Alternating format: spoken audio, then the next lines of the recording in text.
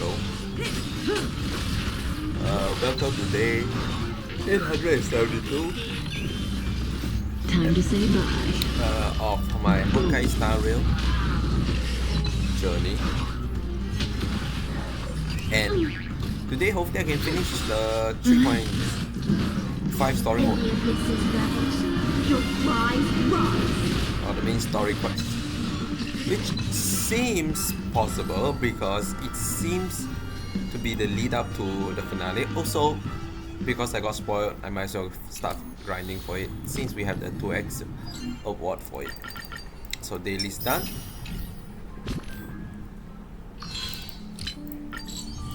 Make this done. And don't think there is anything else. I'm gonna leave this here so I remember to do the survey. Which I would probably do it as soon as I finish it. I guess after I do the main story. Anyways, we just do the main story now. Go, go, go, go, go, go, go. Now, last time we left off, we got God, but then we gotten God. AKA, we meet up with Saridra. For some reason, her name is so hard to pronounce. But before we meet up with Saridra with a meeting, and then the meeting was about how the Saridra want to basically conquer more places and unite everyone under one rule or something. People get upset about it. Immunity happen, I guess, and we been chilling, we chill a bit. We actually talked with Saridra at the side. We try to get some information out. Unfortunately, they got more information from us than we do from them or from her. So turns out that she's actually working with Ligus at the back, talking about the whole law thingy of the core flame. Anyhow, we go back to Okema bathhouse. We been chilling a bit. We find Hyceline in our bathtub for some reason. Amazing scene, sure. But then apparently there's a fest. We go to the fest and we chit chat with all the NPC there. And then Hyceline is like, "Yo, you want a drink?" We drink the drink, and turns out that oh shit, everyone's under the trance created by Hyceline, so that they cannot see Saridra and Ligus. Then Hyceline asked us to spy on them, which we did. Got caught, and then Saridra is like, "Oh, to the banishment hell to you both." And Ligus was like, "Wait a second, that ain't right. You are not sending them to hell. You're safekeeping them." And then Saridra was like, "Ah shit, the god. Oh well, time to use this device that I got from the Trailblazer, which allowed you to connect to the outside world." Herta and Scrollum appear, but we got transported into the audience room or whatever the thing called, exorcism or something. And we apparently a long time has passed because how time dilation work. We was about to transport back after harnessing the power of the path one more time, mainly the remembrance path. We got absorbed into some sort of the I don't know what it's called, like the path crate, like the gaze from the Aeon place. We meet up with March 7. We're like, oh my god, it's March 7. Turns out those are the fake March 7, created by the Garden of Recollection. They initially asked us to like, okay, please just go in, get memory. Even if the world get wiped, we can recreate the memory. And then March 7 is like, nah. Like the actual March 7 is like, nah, I don't know what happened to her actually. all we know that she's like a different person, so that's why she goes by the name of Evernight, which is actually a fun. The reason why it's called Evernight is because it's the third month in the forest. So like, oh, that's neat. So Evernight is like, well, go back into solve the whole thing, finish the quest where you started, I guess. I'm pretty sure that's how it ended. And now we're here, back in the world. Everything seems to be gone. So we're trying to figure out what has happened.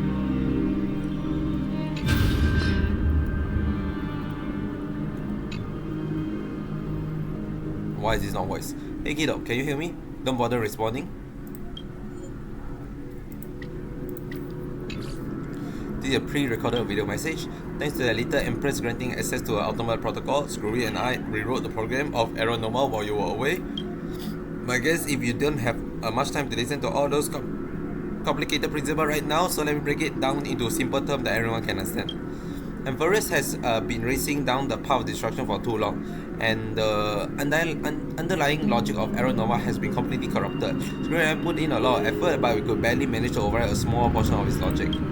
Let's take the progress bar as an example. Ironstone progress bar is currently at 99.98, and though this rewritten Arrow Nova, we confidently can push it back to 96. Let's be conservative and say 97. This is a critical matter. The internal structure of the scepter is too unstable, and we don't know what complication might suddenly arise. The most radical course of action is to quickly run another exploration to buy the cosmos a bit more time.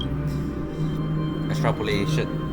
Once you're dealt with that troubling old Intellitron, don't hesitate and start the next cycle of extrapolation right away. Screwen said that Arrow Nova isn't a process that happened in an instant, and the protected node of the scepter are probably at their most vulnerable during the reset. Only by initiating this progress we first can we seize the opportunity to make our move. It's all up to you now, Deliverer. I see. The chronocognitive anchor?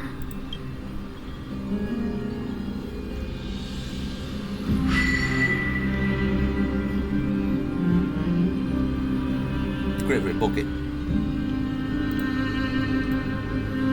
How lovely. There's so much I wanted to say for our reunion. Yet now that you're back, there's only one thing to say. That is the most shocked face of all shocked face. Hey, Sarene. Welcome back, friend. Say my name. It's been such a long time. What happened? And she looked very weird. Anyways, I'm glad you're You still must here. be really confused right now, aren't you? So much has happened in Amphorius while you were gone. You kind of just dip also. But don't worry.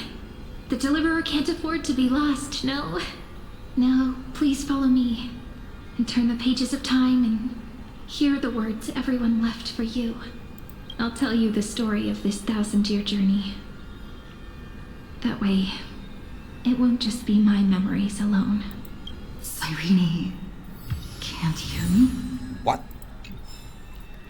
To be fair, we didn't even say anything to make her not think we don't hear. What?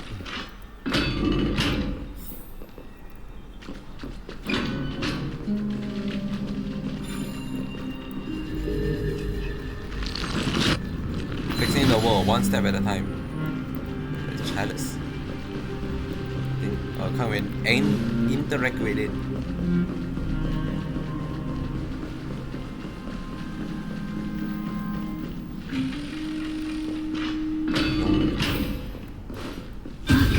Look, the scenery of the past has resurfaced.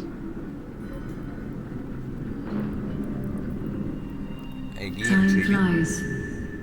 200 years have passed since the Deliverer's fall. We had to return 3 core flames of law, romance, and ocean to stop Lygus, but even so, Terravox has fallen. The 2 geniuses vanished without a trace, and Ceridra embraced her fate. At this rate, Era Nova will come. and Amphorius will fall into the destruction.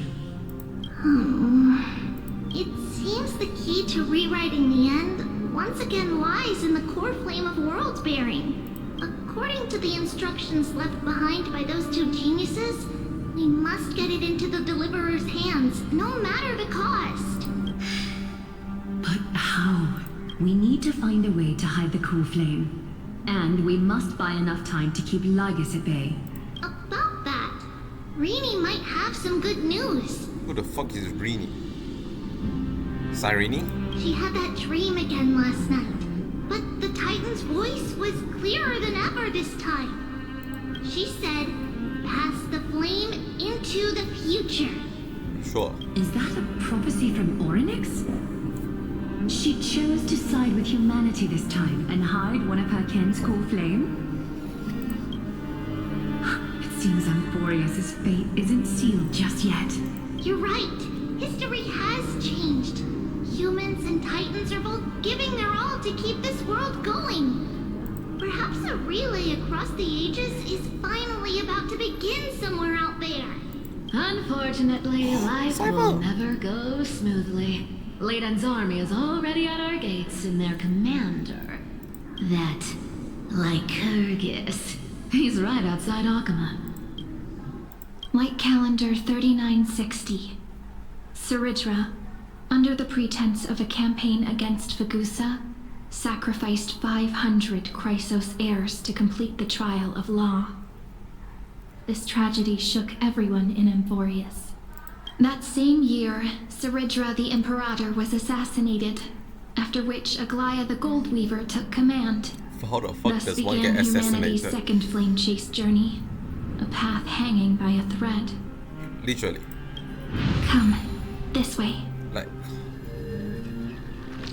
are you sure assassinator is the right term? I don't see her ever getting caught by assassination. And it's a very complicated door. Oh, man, there's a lot of mechanism behind the door. The eternal holy city? What part of that eternity ever lived up to its descriptions in Ah, come on. The Memorial Palace lies in ruins. Countless mortals have perished because of your stubborn resistance.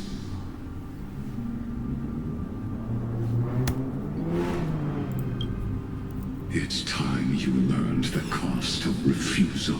Stories. Now, answer my question again.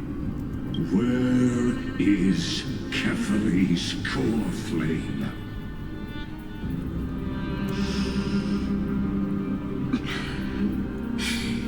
You really think you'll find it by razing the holy city to the ground? From what I see, all you'll get is dust and disappointment. Don't forget, you can't kill the Chrysos as mentioned in the prophecy because of law. I have never denied that, which is why I now place my hope in the faithful citizens of Akama. Perhaps they'll give me what I seek in the echo of your screams. Now then, I'll be cutting open your chests and using your scalding golden blood to baptize Excuse the me? masses. I'm pretty sure this is Allow like me PG-13 game. to apologize in advance. We shall start with you, blind and foolish Lady Goldweaver. Leave this to me, Lady Aglaya. You must get away now. No, Holy Maiden. I'm the one who must stay. What? His conspiracy won't succeed. Because Romance is ready to make good on their promise to weave an indestructible armor for Amphorius. Its name is Solidarity. You must escape with your life and carry word of my death to those still fighting. Then keep going with them. Just as the Imperator lit the torch of resistance with her death, my passing will make this flame everlasting. Take good care of it, guide it to the future, and place it into the hands of our deliverer. 50 years later, Lygus led his forces again to Akama. He charged directly into the Holy City and razed the Marmorial Palace. History would name this battle the Third Siege of Akama. 90,000 brave souls gave their lives for Akama that day, including their 90,000? fearless leader, Aglaya. Isn't this the skin for the Go cleaner? forth, deliverer.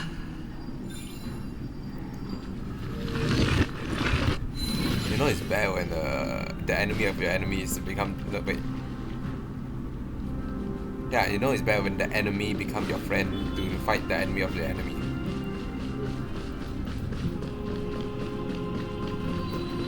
Go. When the frost melts and the snows give way, the flowers will bloom again. You'll find me there. Yeah.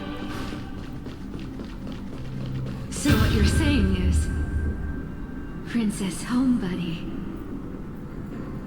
is never coming back, is she? She just left, like that. Since Cass has made up her mind, we can't let her resolve be in vain. But between staying in Akama and going to Styxia, what difference does it make when it's death either way? I'm against relocating. With Kefali's protection, isn't Akama far safer than that dead city? Cass's plan doesn't involve any relocation at all. Huh? Like you said, Alchema is humanity's refuge. We never intended to get everyone moving to Styxia. It's just on Cass, Hycelan's, and me to prepare the final trump card for the Deliverer. Wait, what kind of trump card needs all three of you demigods to throw yourselves away? We must lay down the path to the future so when the Deliverer returns, they'll have a clear road to reach the location of Aaron Nova. Styxia sits where death meets the ocean. There, with the combined powers of ocean and passage, we can summon a current that leads to the vortex of Genesis. And the demigod of death will forever guard that secret path until she returns. Say my name. We all know Lygus will set his sights on the vortex of Genesis. That's exactly why we have to do this. Guess I underestimated Idonia's maiden of war. She's got way more steel than I thought. And Cypher, we need you to head to Castrum Kremnos as soon as possible. By any means necessary, forge an alliance with Strife. The prophesized Crown Prince has already been born. He shall become the new defender of Akama, protecting this land after we leave. You don't need to worry about that. He just got I born. just came back from Castrum Kremnos. Only a step ahead of the news.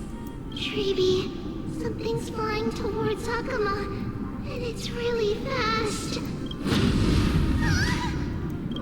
What is it? It's a spear! It's the Kremnoans.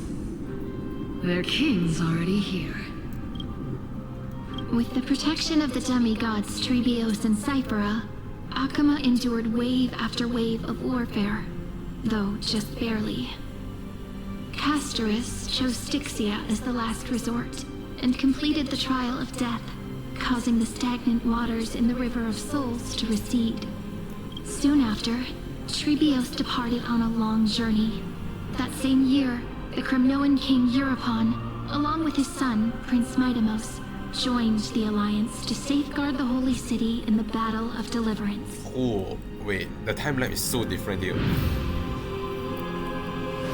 Oh wait, that's actually a very different Go timeline. on. And see you tomorrow. See you tomorrow. What the fuck? The internet went down for a second.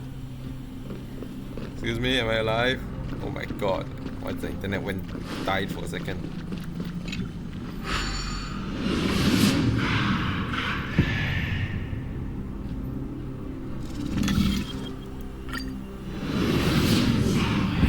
Breaking me apart buys this world even one more second. And so be it.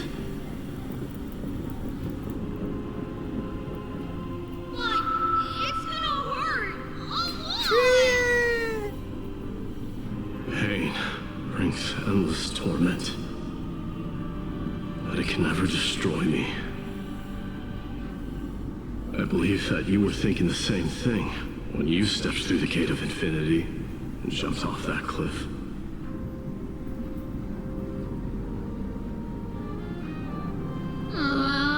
Can't argue with that. In the current situation, this is the only path Akuma has left. Just do as I say. Split my soul into 5 pieces. Forge me an immortal vessel. Wait. The blade of strife hang forever overhead. Locked in battle with their enemies to the world's bitter end. Wait, that's meant to be the previous strife. Unless you have that concluded that and redo the There's thing no and need you to have to be do the sad. same thing again. Lady Treebios, haven't we already taken great strides towards that promised tomorrow? In this life, my people no longer have to drown in false guidance. Kremnos has washed the blood off its fate. I presume I have not done said thing. Emphorius no longer needs a god named Strife. So let me shatter the former laws and turn the Lance of Fury back into a weapon that protects the world. We understand. By the way, can you do me another favor? The 7 sages from Grove of Epiphany are already en route. They'll arrive in waves to join the resistance in a couple of days. Among them is a scholar named Anaxagoras. How He convenient. has extraordinary insight and fears no sacrifice. This soul-rending ceremony wasn't just my decision. It was his counsel. His wisdom will surely be the backbone of Amphoria's survival. Watch over him. Carry on this everlasting flame for me.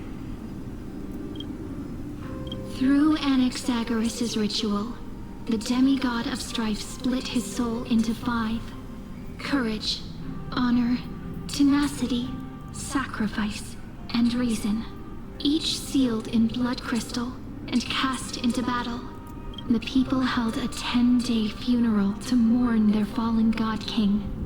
And through his sacrifice, humanity was granted 200 years of peace.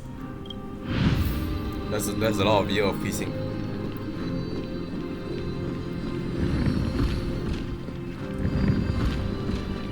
Keep moving forward. My blood will pave the road ahead for you. Jeez, my Luigi. Oh my lord. Keep moving forward, little Gray. See you tomorrow. See you tomorrow.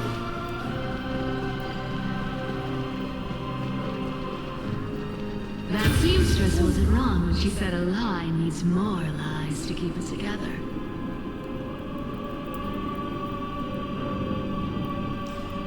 Reason and trickery. Never thought we'd be the pair to finish this final setup.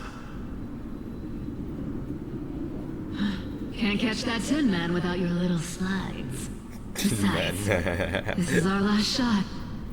Not the time to be picky, right? Don't oversimplify it. Lycus just found out Akuma's been an empty shell for the past 50 years. He's bound to be furious. At this rate, he could have done anything. That's exactly what we want. Rage blinds even the brightest minds. Doesn't matter how much of a genius he is, the principle still holds. Once he storms into the council and confronts me head-on, you trigger your alchemy with a boom. Boom. And turn him into a caged beast. Easier said than done. You still have to pass yourself off as the deliverer without anyone catching on. And you really think a human alchemical array can bind a godlike being? That's just nonsense. What? Getting cold feet? Or you just don't believe in the almighty worth of the demigod of trickery? Just tell me straight. Can you do it or not? Of course I can. And it'll be child's play. But I've got two conditions. Since this is the final act, if we're doing it, we go all in. No half measures. Oh, I'm listening. First, shift the battlefield to the vortex of Genesis. It would be more convincing if the deliverer were to appear there. Besides, the vortex is cut off from the world. No place in Amphorius makes a better prison. If you pull that, wouldn't our deliverer have to face tank Lygus as soon as they come back? You know what? That clash is inevitable. Yeah, I was like, you know what? Bring it on, buddy. And that's the second condition. The vortex belongs to Fagusa in the first place, remember? And there happens to be a demigod of ocean among the few survivors in the world. Loop Hycelan's in. Let her join the final act. I'll transmute myself into a philosopher's stone and embed myself into the formula. And when the time comes, she needs to shatter me and scatter that stone's ashes into the ocean within the vortex. Huh. I guess people weren't wrong when they said you're insane. Cypher's like, what the fuck is wrong with you? I've got no idea how to outwit a reclusive genius. But making an anti-Catheran suffer? The demigod of reason has 10,000 ways to do just that. And what I just mentioned was one of them. So what exactly does your formula do? Now that would spoil the climax, wouldn't it? By now, Hyacinth must have completed the Sky People's ritual. Ooh. Since that Theoros loves a good performance as much as I do, let's make sure he enjoys our show to the fullest. As for how the Deliverer will complete the Era Nova, well, that will no longer be our concern. It was the last battle known to the world, initiated by two demigods least suited for war. In the end, reason and trickery kept their word. At the cost of their lives, they sealed Lygus within the vortex of Genesis, where he remains to this day. Go forth. Finish the greatness left undone. Okay, buddy. Quit overthinking! Just run! Keep moving, and that'll be enough. Oh, speed. Irie, it's dead quiet here. Oh my god. Akama will stand eternal. Miss Cypher's lie is crumbled after all. But it's alright, because all of us have fulfilled our purpose by now.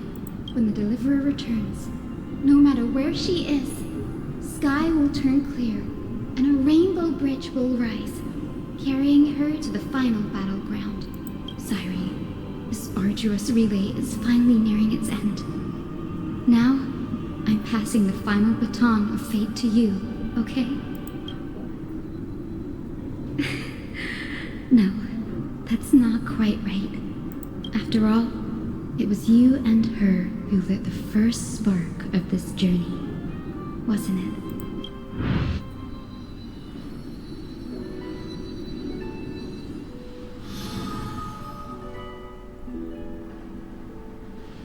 I'll tell you the story of this 1,000-year journey. That way, it won't just be my memories alone. And I'll share the moments I spent with you with everyone. That way, the path we walked becomes a memory shared by all. People will know that there's nothing left to chase. Amphorius has already welcomed the dawn foretold in prophecy. Just like I said, this won't be harder than the last time. Right?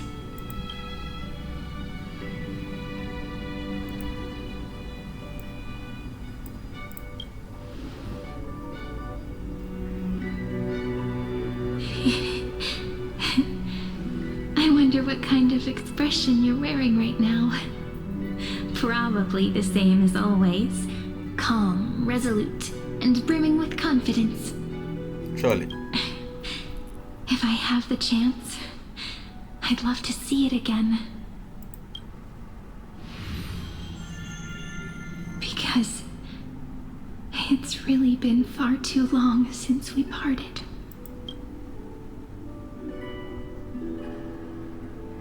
I kind of figured that out, but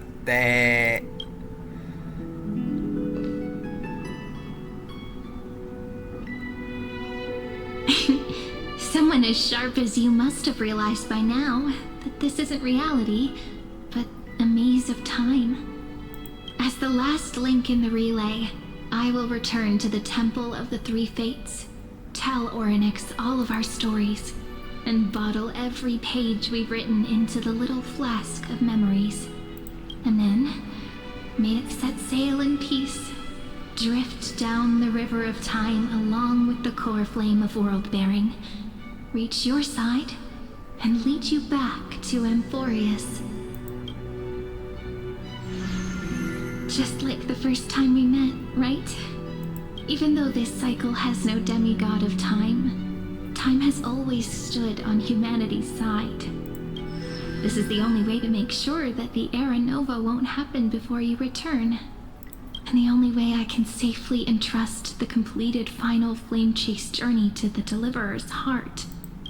After all, the new world will be born from your memories, and the protagonist of this story mustn't be absent.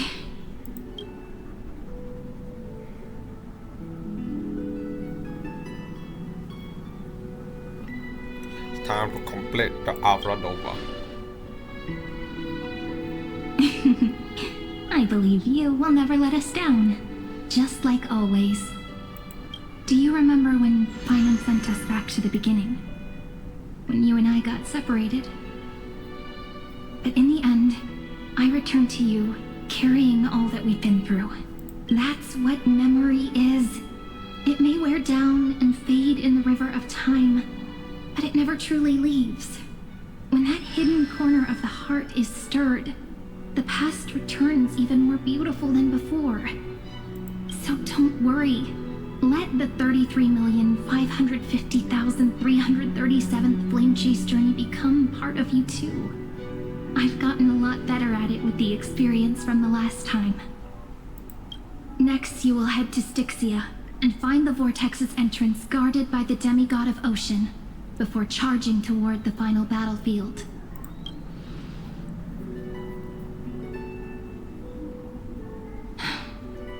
Don't worry. I'll be with you. All of us will. Even Finan.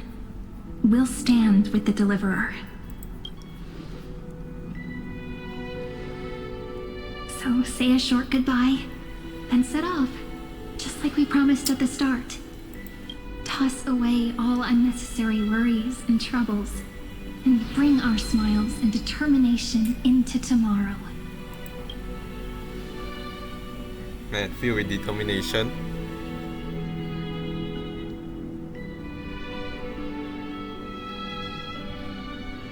The last baton. I wonder how long you'll have to wait before passing it on to her. No matter how long it takes, it's okay. Waiting is what I do best. It's true. After all, it took 33 million cycles for her to arrive in our world. What's a few moments more? That's exactly what I wanted to point out.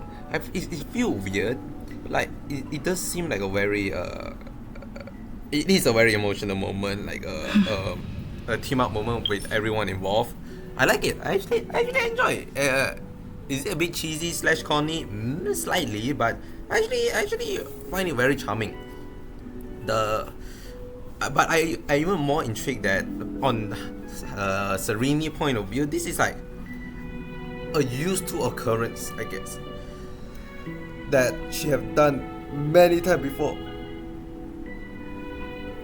But it seems even more like important now than ever, because of course I'm here now, as in the Trailblazer is here now. On Trailblazer point of view, this like everyone is like, what the fuck? Everyone that they know is all gone for the second time. I feel like second time is still as bad as the first time. In fact, I feel like second time might even be worse, depending on the context. But I do like how they try to tie everyone in together for the last moment. Scary. What if you wait and wait, but that hero never arrives? That won't happen. Because I know that no matter how long it takes, she'll definitely return to this place. We can't let her down.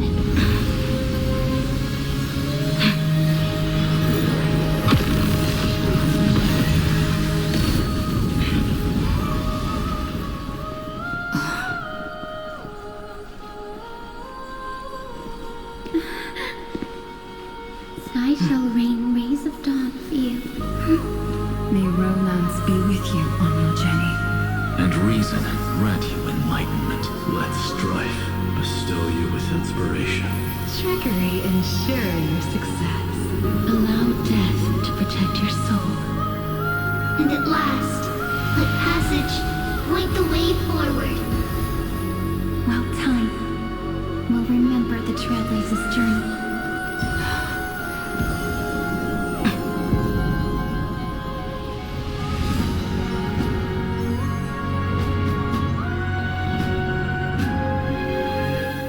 Okay, you know what I'm kind of pissed about now? Not having that as our remembrance weapon. I'm just saying, as much as I like the quill pen Styxia? and how it fit the law of What happened to Serene, this place? I come on, I that need is so to much find the cooler entrance though. of the vortex, guarded by the demigod of ocean. High Sealans. Is she still there? But to be fair, I guess, I don't know, was she... Long time no see, Trailblazer. We ignore and move past. We ignore and move past. Generation after generation of Chrysos We are already failing to do that. have tried to defy fate with their blood and tears, either voluntarily shattering their souls or waiting in eternal solitude. But alas, fate can never be defeated. I feel like I heard that sentence like at least 3 times from like 3 different fucking villains from this game alone. Reason and trickery may bind my flesh, but my will shall never fall silent. So the demigod of ocean, the duck's gladiolum, High Sealans, sought to bring me into a fantasia with her voice and drown a genius in slumber. But alas, it was all a hopeless dream. That warden fell before I did, due to erosion of time, while her prisoner remained unchanged. That's a bit unfortunate. And yet you are bound to this place. True. I can't leave this place, but what of it? You should have heard of this fable. In a shadowed cave lived a people, imprisoned from childhood, and chained so that their legs and necks are fixed, forcing them not to look around at the cave, each other, or themselves. Behind them is a fire, and before them loomed the stone wall of the cave. The flames cast shadows, while the rocky surface threw back echoes. to them, that false play is the whole world. Yes, I'm trapped in the cave, but I know it's all just a fleeting illusion. I don't struggle in dreams. I wait.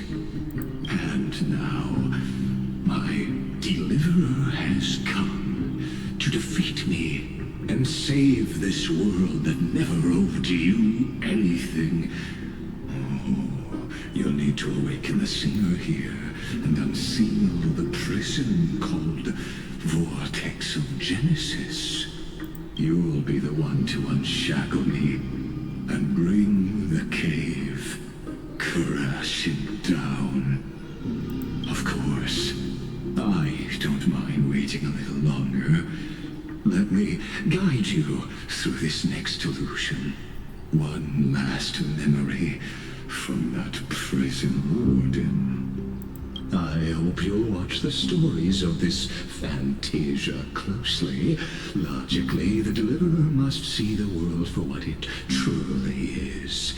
Emotionally, this memory captures the fate of everyone in Emphorius better than anything else. Only by feeling it for yourself can you understand my point of view. The meaning of destruction. Spare me the cliche. To your unshakable resolve, I salute you. But before we step onto the final stage, let me ask you this.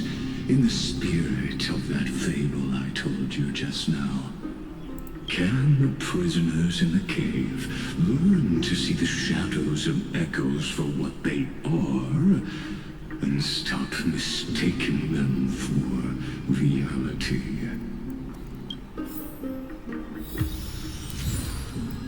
You again. I feel like I got that like 10 times already. Anyhow, can I say no and just kill you? Look, the fire projects the face from her memories. An actress upon the stage of this play. Past that has been embedded by time, a drunken dream, then at the bottom. The dark tides flood the sea, and our kingdom teeters on the edge. Fear not. Our queen has gone to the borderlands. She'll quell this calamity herself. This is the scene when the Chrysos heir of Ocean was born. She was once of a Titankin race named Sea Sirens. At that time, Kozlana had suppressed the Black Tide's rise, but he was unable to remove Iron Tomb from its roots. The Black Tide still roiled in the depths of the world, and the kingdom of Sea Sirens was the first to face the destruction head on. Listen, I heard Electra's voice. She's calling to us.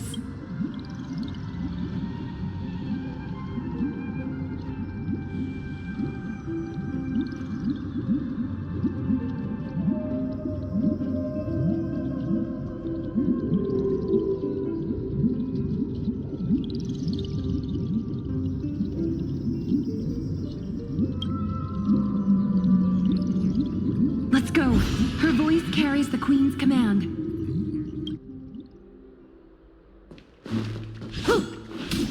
To keep the Black Tide from threatening the ocean, the Queen gave her all, body and soul. Born of the queen's chalice, she bore the deepest blessings and inherited supreme divine power.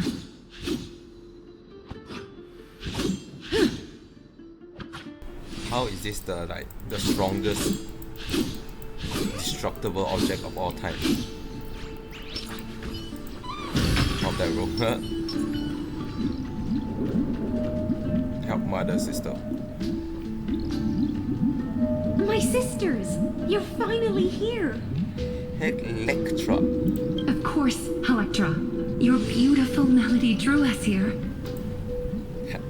Electra? Her true name is Electra. This is a reflection of her former self, clinging to the past with aching defiance. The Queen summons us. She must be near exhaustion.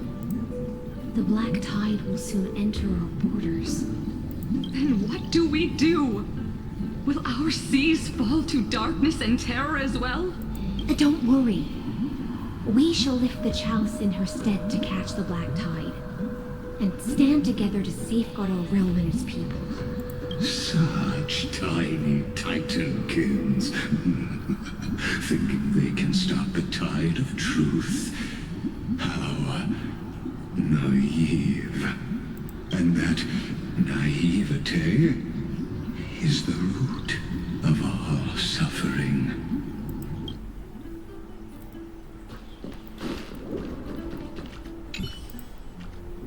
What? Another miraculous silver coin lies on the roadside, but the moment you pick it up, its strange texture fall. I tell you that it never truly touched the ground. Instead, it hovered just above the surface like a magnetic levitation. On closer inspection, you notice indentation where the chest once rested. Now it's gone without trace. Who might be behind this? That's a tough guess. Let's go to a treasure hunt.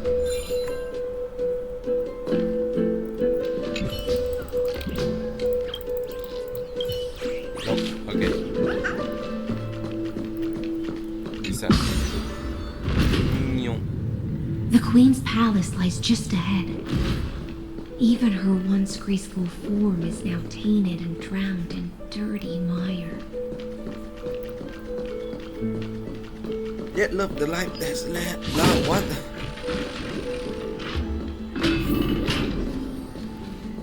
Protect their face, you're willing to swallow the black tide. Let tears return the sea.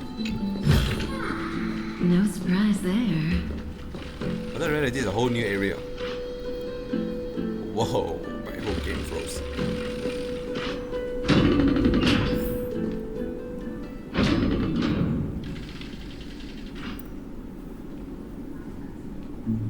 Oh, Fagusa, our noble Queen, we've come at your call.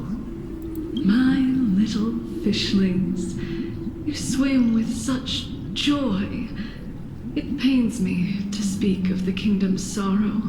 I once believed I could drink the black tide dry, but even the deepest chalice must one day overflow, and I can hold no more of this filth. Mother, worry not. We're all children of the sea. Let us bear your fate together. We'll take up your mantle and drive back the black currents. We'll mend your sacred chalice and take in the cursed filth. My little fishlings, when the spear of strife falls, you may retreat in peace. I promise you, on the surface, the city-states will hold a feast without end in your honor. This is the last gift I can give you.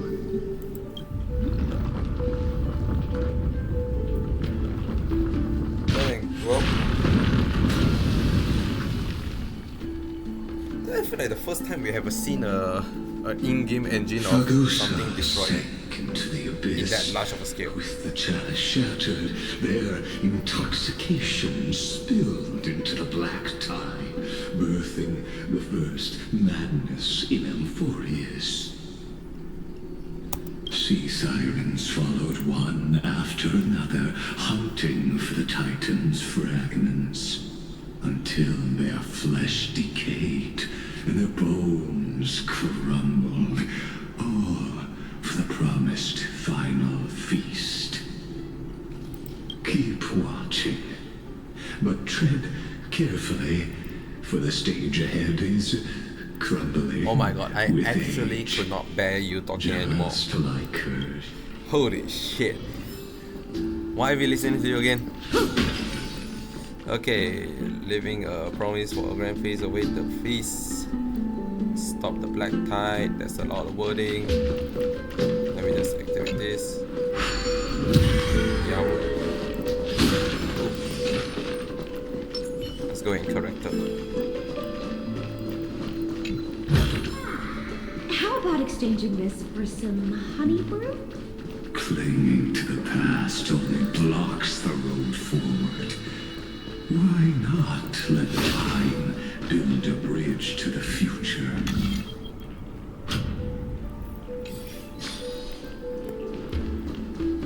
No idea what you're trying to say. Too much word.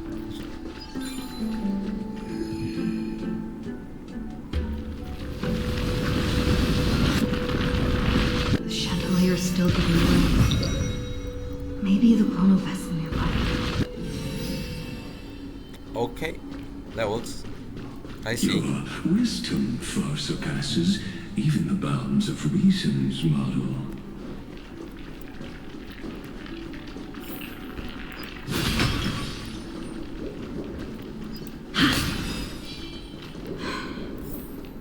Can't get through.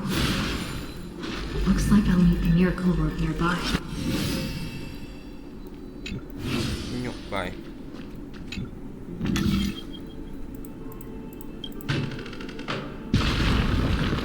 The ending was written long ago. Even you cannot rewrite it. Just like this poor chandelier.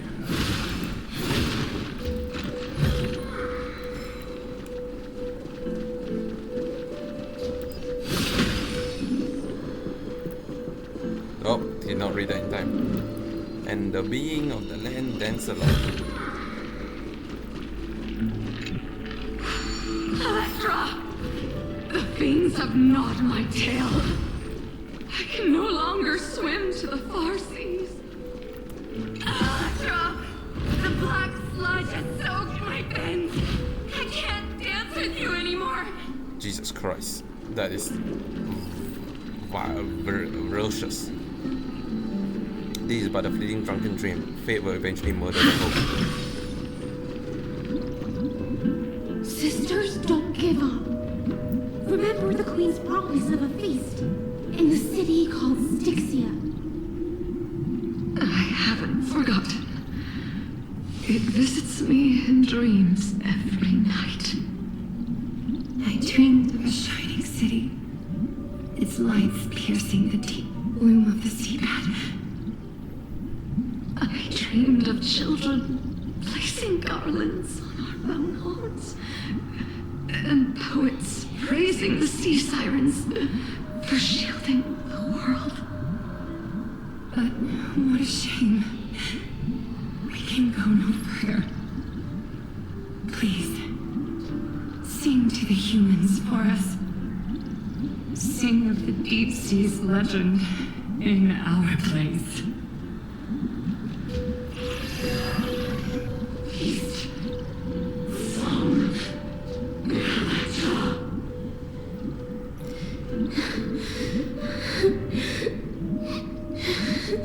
That ain't good. The sea sirens were tainted by the destruction. Their flesh rotted away. They became the black tide creatures of this cycle. Okay. Farewell, sisters. I'll finish this last task. Then return to prepare your feast. And so, only one sea siren remained among the sea floor. High seas, swimming alone through the seas, burying her kin, and searching for fragments of the chalice of plenty. Though most of that journey was in vain, why not use the power of time to leap ahead toward the journey's end? To reach the spirit basin, I'll need to call upon the power of the chrono vessel.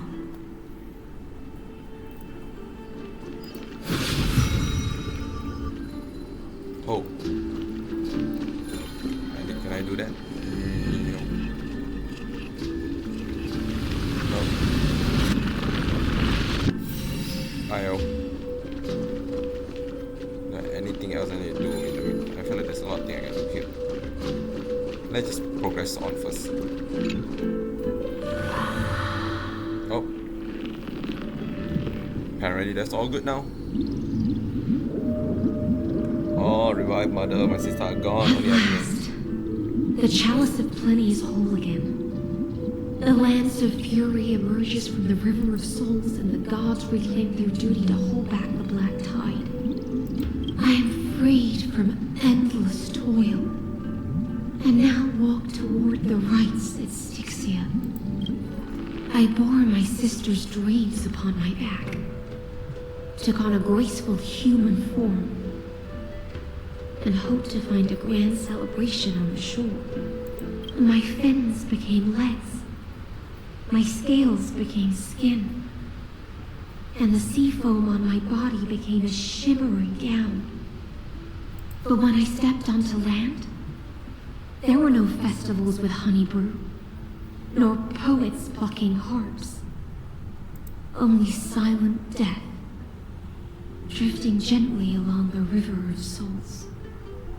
When she fulfilled her wish, she only found Styxia to have already repeated the mistakes of previous cycles and was swallowed by death.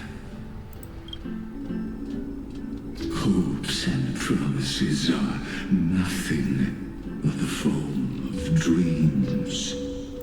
I am a sea siren, a vessel born to contain the tides. Now that my task is done, and the promise is broken, how am I to go on in a world drowned in shadow? Nihility? Fagusa, my noble queen. She evaded my questions with drunken stupor. She told me a grand feast awaited me in the surface world. So I wandered lost, groping through the dark. The feast she spoke of. Where is it? Lonely Blade, I shall grant you everything you seek. It's on fire.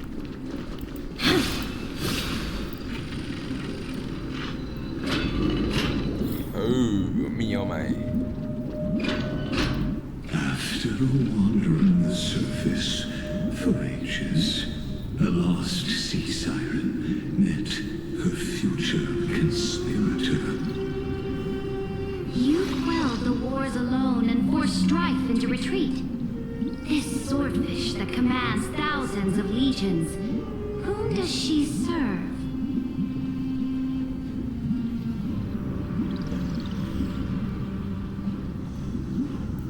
So this is the moment they met.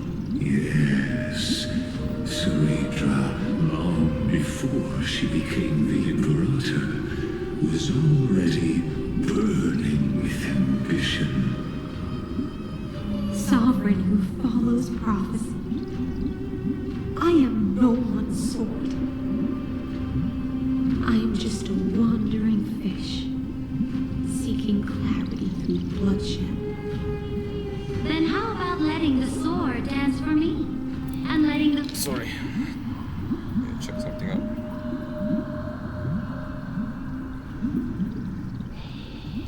Real quick, real quick, real quick.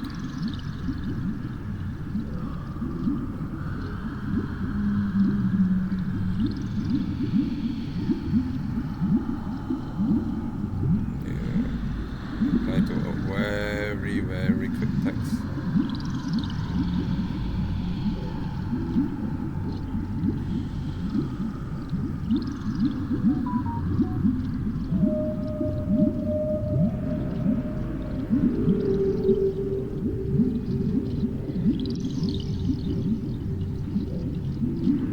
Okay. My bad. The violins sing in my name. Tell me, what is it you see? Why is this fella? Wait, no, I'm mistaken him for her for someone else. Feast where I might belong. Such Such a demand is trivial with the sovereign's authority.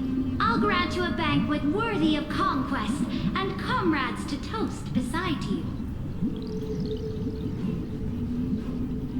But night, you must offer me your heart. Trippy's like the fuck. My heart? Yes, a loyal heart that will generate no betrayal. Surely. You were deceived by gods and drowned in the ocean's darkness. But now, I will lead you forward and be your light. So be it, noble monarch. The law you proclaim shall govern my every breath. So be it, noble monarch. I am simply becoming someone else's vessel once again. And thus, in her hollow drift, she finally found a new purpose, like sunlight piercing the deepest trench. Okay, what's the point of showing me all this again? I'm like, can we go to the part of me killing you now? Oh, I completely missed that. Melted away my confusion. Noble monarch, I've cleansed the foulness from the road as you commanded. My blade, you've helped me ascend and take the crown. Ask, and you shall have your reward. What I desire is the same as before. A feast. Look, I've prepared you a grand banquet. The finest honey brew and tributes await. Fish are drawn to light by nature, for the deep sea knows only gloom. Now I found a flame. It may scald and burn, but it's the only light. Come, let us join the feast. Perhaps the path forward lies hidden among the revelry.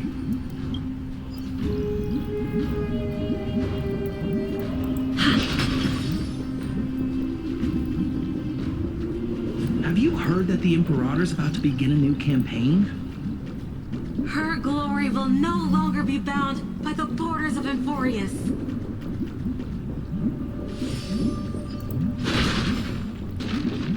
My faithful subjects, tonight's feast is not just for the past. It's a toast to the future! Born from our golden blood is an unstoppable colossus. Our iron beast to trample the universe! Wow. Born from our golden is an answer colossus. Oh, okay. Great monarch. I've heard the universe teems with great threats. Can we truly remain invincible? Fear not. Before the troops of the destruction, such rabble is no more than cosmic dust. Surely there's a planet draped in oceans out there in the stars. Yes. Once I claim it, it shall be yours to rule. Oh my god, is this a foreshadowing to... What is their name again? Lushaka?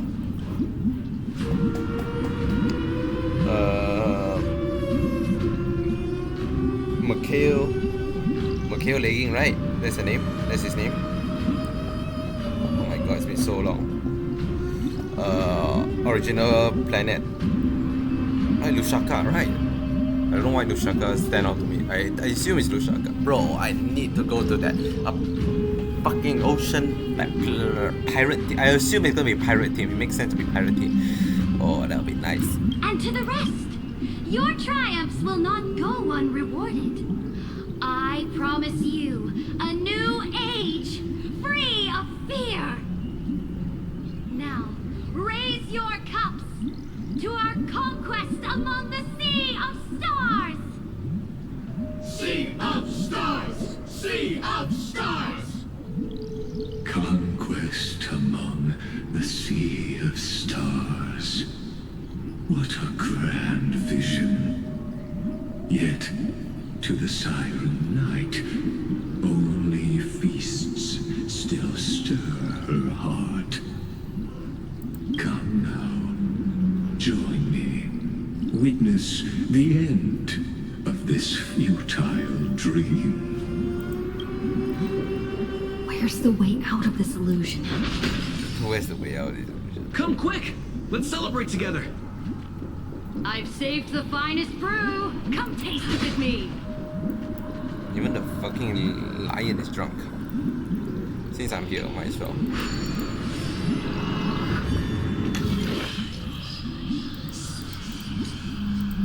The fuck's that porter now? Okay.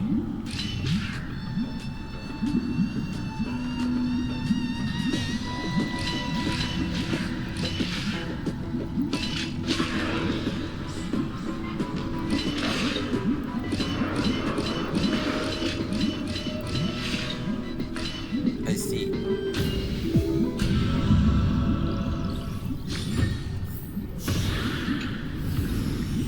How about exchanging this for some honey brew? Can I get... Not you, fuck. Go away. You can't just right time. Tell me, why do humans invent such cruel entertainment? Come on, take a look at me. Big, round, and purple me. Look like just like grape, right? Picture it. Countless humble, all but squashed beneath your feet. Bellies bursting in despair with unspeakable ghouls spilled forth. Just the horror, the cruelty, and you people even take that as entertainment? Keep taking your meds. True that, this whole city pretty sick after all. Anyway, since everyone seemed to love the feeling of being stomped around juicy purple thing, then why is no one ever tried stomping an old Bartolos? I mean, look at me, I'm basically a walking grave here. There's a pervert here. I could accept grape getting crushed, cruelly crushed, but me, Bartolos, not even qualified to be stomped flat. I've been standing here for ages and not a single soul spare me a glance. And now, at long last, you speak to me. That said, either you squash me or I squash you. One way or another, someone will be playing with me today. I'm in the middle of something, sir.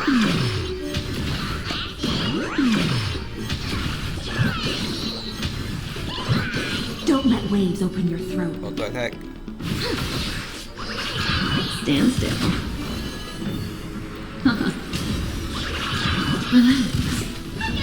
Oh, that's gonna be a bit hard. Like a warm vibe. Bye. Bye.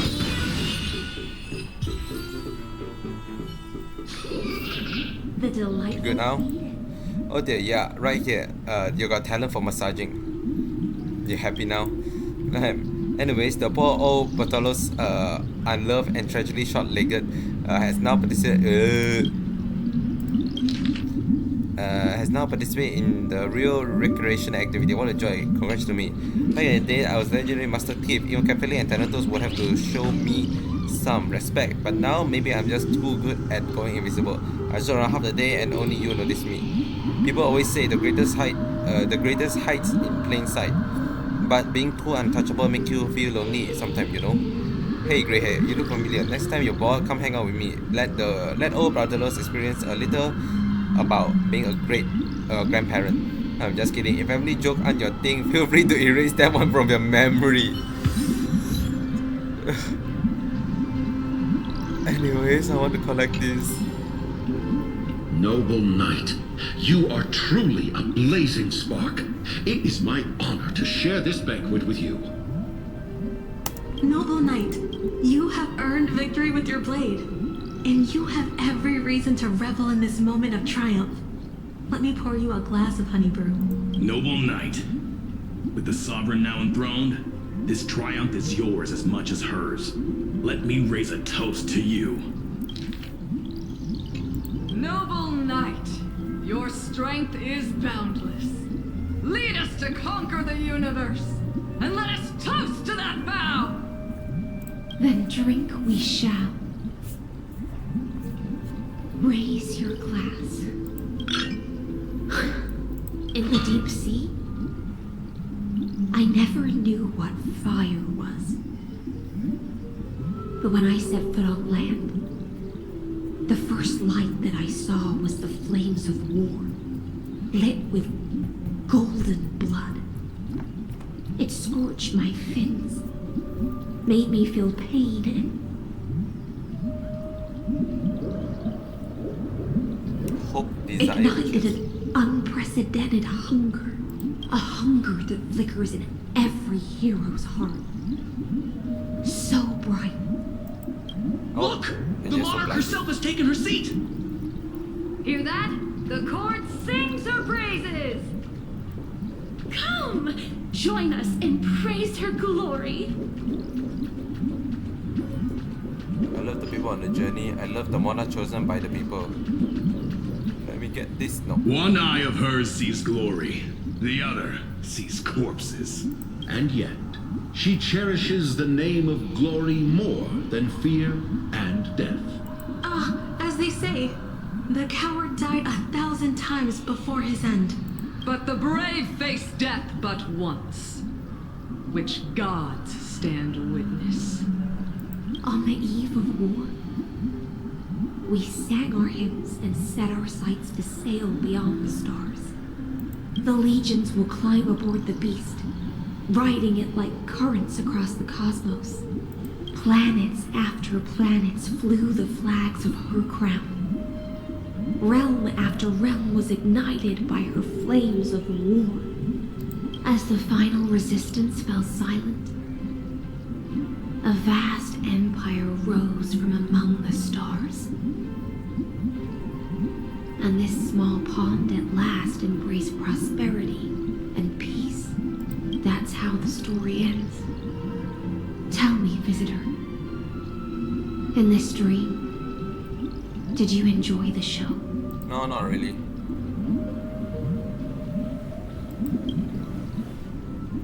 After all, beneath that still surface lie the bones of countless dead. It's time for me to wake up from this drunken dream. Okay. Can I get this now? Thank you. How about exchanging this for some honey brew? I am fixing it one step at a time. This is another one of the Fate's Grand Lie. The Imperator is dead! My fire is dead. The Imperator is dead! The Imperator is dead! The light is dead. My heart is dead. People once cheered for my ascension. And now they cheer for my fall. The cosmos. The battlefield that I cannot reach. Before the Sovereign's conquest reached its end, her life and ambition had already been swallowed by the deep sea. This is the true ending. Her grand designs torn apart by the blade. Her regal robe soaked in golden blood. And the one who struck her down? The one who struck her down was her most loyal Gladius. I don't need to explain myself. A fish in a pond has no hope against the surge of fate. I wandered the shore, found a flicker of flame, only to snuff it out with my own hand. I don't understand. If the ocean's feast, the Imperator's dream, and even Amphorius's existence are all illusions, then what's the point of our journey? When the Deliverer returns, I will let this absurd celebration come to an end. But Greyfry, I can't help but wonder how I dearly wish this feast of the flame chase would never end. It seems she sensed your presence, the Fantasia's foundation is starting to crack. Let's return to the prologue. Remember the allegory of the cave. Can the prisoners in the cave learn to see the shadows and echoes for what they are, and stop mistaking them for reality? As you've seen, when she cast off her chains, finally turned to look around, and moved her legs, her reward was nothing but searing pain. The light will blind her, for the fire behind her had never once actually touched her eyes. Her legs will buckle beneath her, for she had never learned to walk forward. And so she fell into infinite confusion and fear, and came to firmly believe that the shadows and echoes were the real world. But we in the cosmos, are we truly any wiser than she was? Now, nameless one, fateless one, ask yourself this.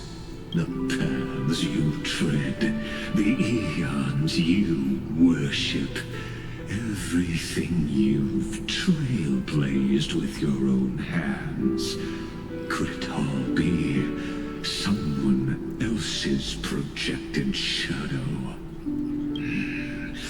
Let's leave that question till after the curtain falls. Once you've unearthed every last truth and reached the prison built for me by the demigods, I'll speak with you face to face.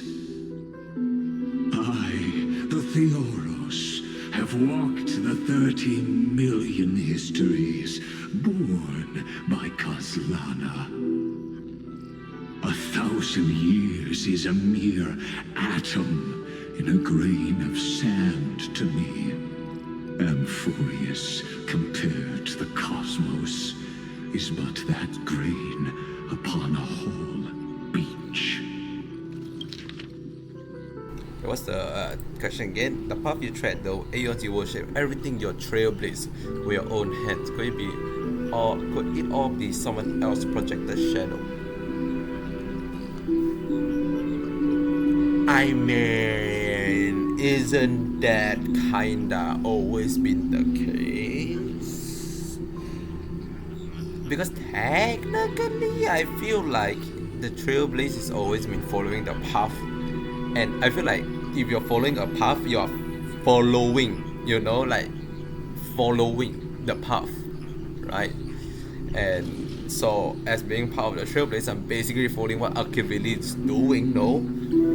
And I know Archivili is gone now, so technically what we're doing is supposedly should be all on our own.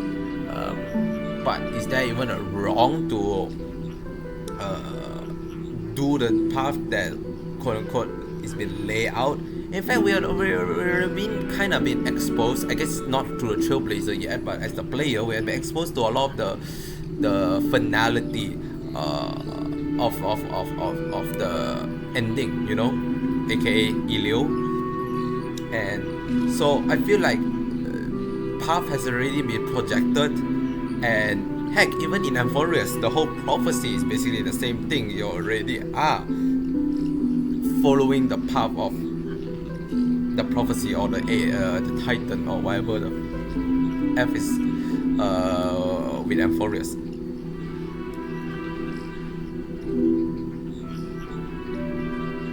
I feel like if you are acknowledging it and can utilize it to your own benefit, I feel like there's no problem with it. I don't see the issue here, right? And I don't see how that relate to what Hyselin or Electra has been doing. It seems to I was slightly confused what's going on, but I think it's like, because she meet Ceredra found like, wow, it's so nice here. Was blinded by a blaze that she mistaken Selidra as an enemy, and that's why she cut it down. Because I don't, from the way it phrased it, it does seem like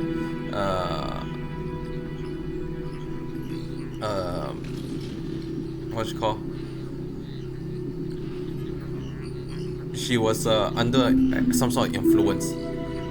Whether the influence is caused by Selidra or whatever the case is, that one I cannot say. Right? I think this is a dumb thing to fight against. I swore to bring an end to the erudition. Would I really let a single grain grind down my mind? Now, please use the power of time to open the gate to the ocean's depths.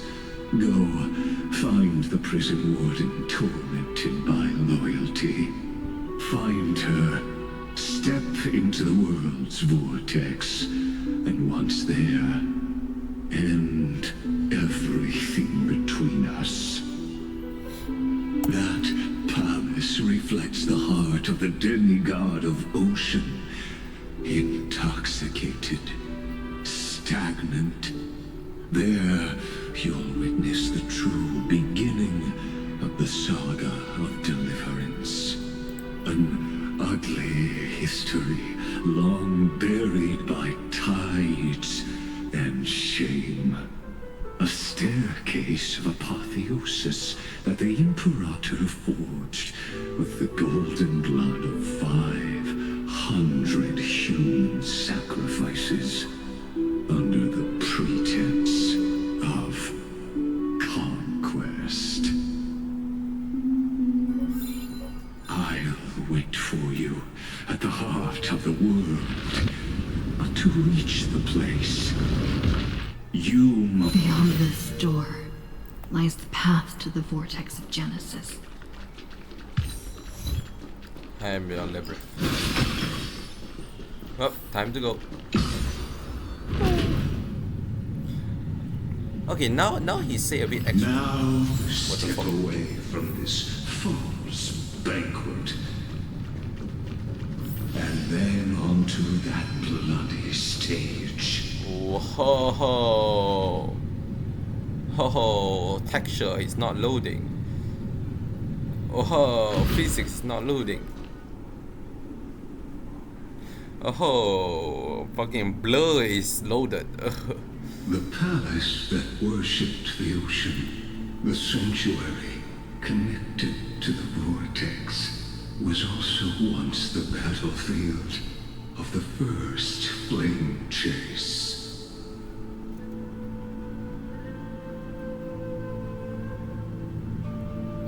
When was the slow-mo feature added? Is it slow-mo?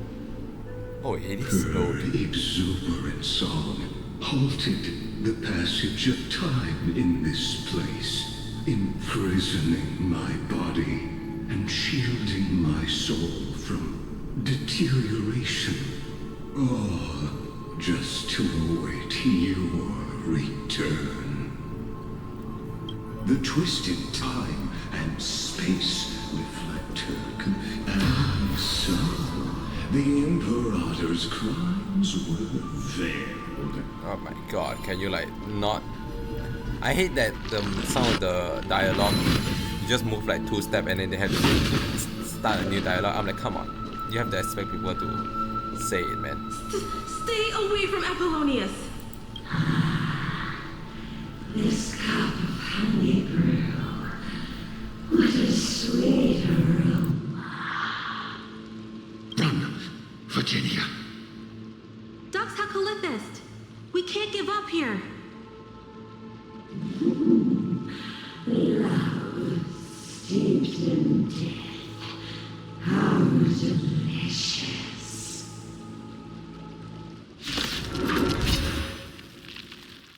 Oh, I was thinking... Actually, there could be a case that the reason why Aiselin might have killed Selidra is due to Seja Lies an endless abyss. greed for conquest. Now another thing I'm thinking is that could it be Time to that say she's bye. being corrupted by the Black Tide? Boom. It seems also possible, right? In the abyss's revels, your cries rise. Stand still. I don't see how that's not the case. Fiend or devil, I'll crush them all! Be intoxicated. Ill fate descends.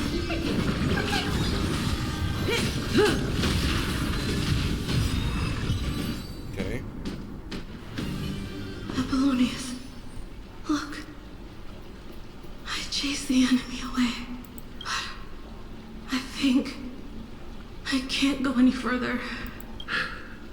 I'm sorry, Virginia, for letting you. It's okay. I'm glad to die by your side. Ah, such an ironic twist of fate. Even as the foundation of the world crumbles, the heartless Imperator still made the same decision she did in the past 13 million cycles. During the first Flame Chase journey, the Flame Chase Legion stormed Styxia.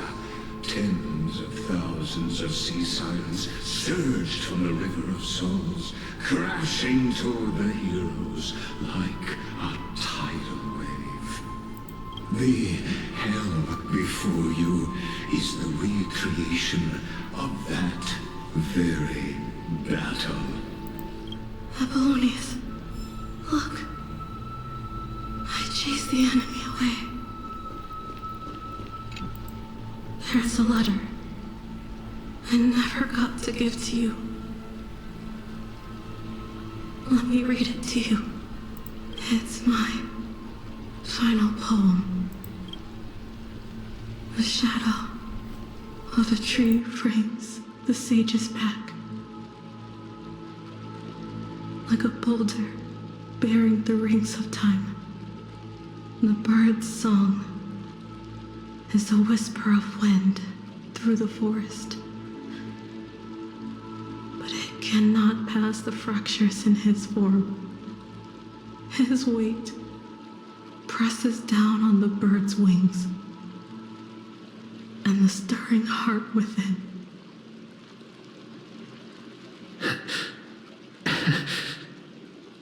I always wanted to tell you. You look beautiful when you read poetry.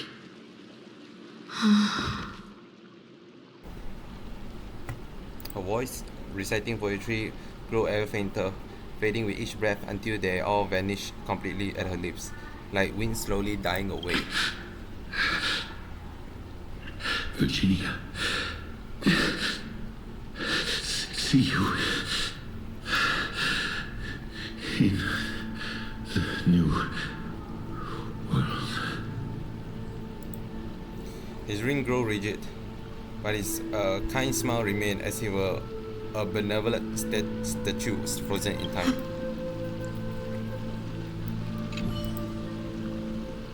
They lay side by side for the first time, never to wake from this dream again. But that's a bit sad. I'm not gonna catch you. Ow. Got a blessing in time though. A painful past, yet hidden beneath the veil of joyful song. Oh, two discarded data clusters waiting for someone's return, it seems.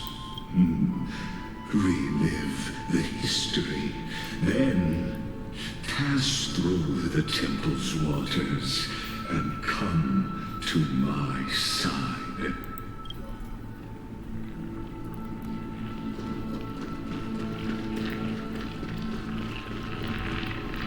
Can I not take the one thing and then no? Okay.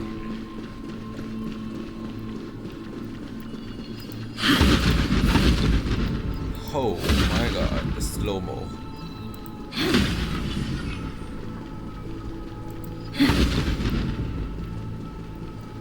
Isn't that the deliverer?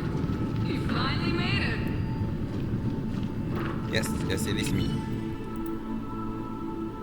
Very hero being with joy, celebrating your return, yet you know this too remain a hello memory.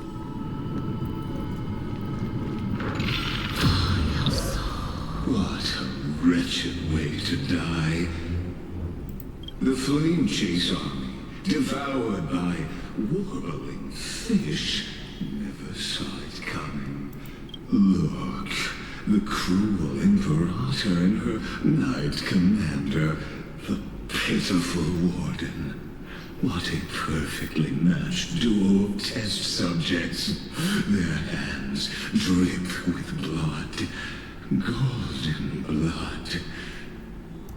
Raise the bridge and cross the river of fate.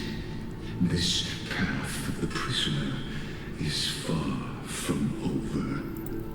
Imperator! Imperator! Did you see my gallant deeds, Imperator? Imperator! Imperator! You fool. How could you still not get it even now? With her schemes, do you think she'd ever let us end up like this by accident? She knew how this battle would end from the start. That tyrant. I swear I'll kill her with my own hands. No. She wouldn't send us to die for nothing. She would never betray our dreams. Or Emporius. Imperator. I know I'm a fool. So I'll believe in your commands. To the very end. Take my life. And finish the conquest of the stars. His shattered armor sees his rise and fall. His unclosed eyes remain resolute, sharp as a broken blade. What? Looks like I won't get my revenge after all. Tyrant. Without me, your conquest is doomed. I'll be waiting for you in the River of Souls. To slice off that crown-wearing head of yours. Remember this. I never bowed to you. Or fate. The storm beside her slowly still, tears and blood pulling at her eye corner like shadows spawned of golden rain. For the first time, they coexist in harmony, dwelling in eternal peace with no more conflict. Okay then.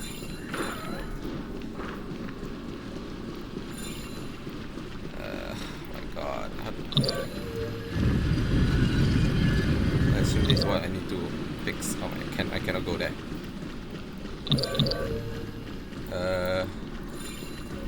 Why can I do that here?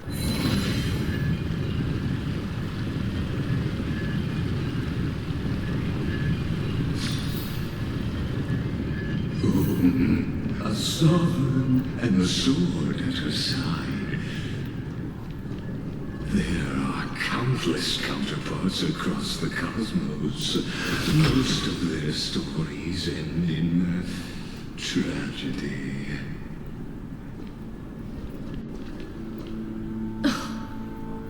Imperator, why did you... You're here, Dux Gladiorum. You ordered me to seal the sea route and handle threats from the rear. So why didn't you wait for me to return?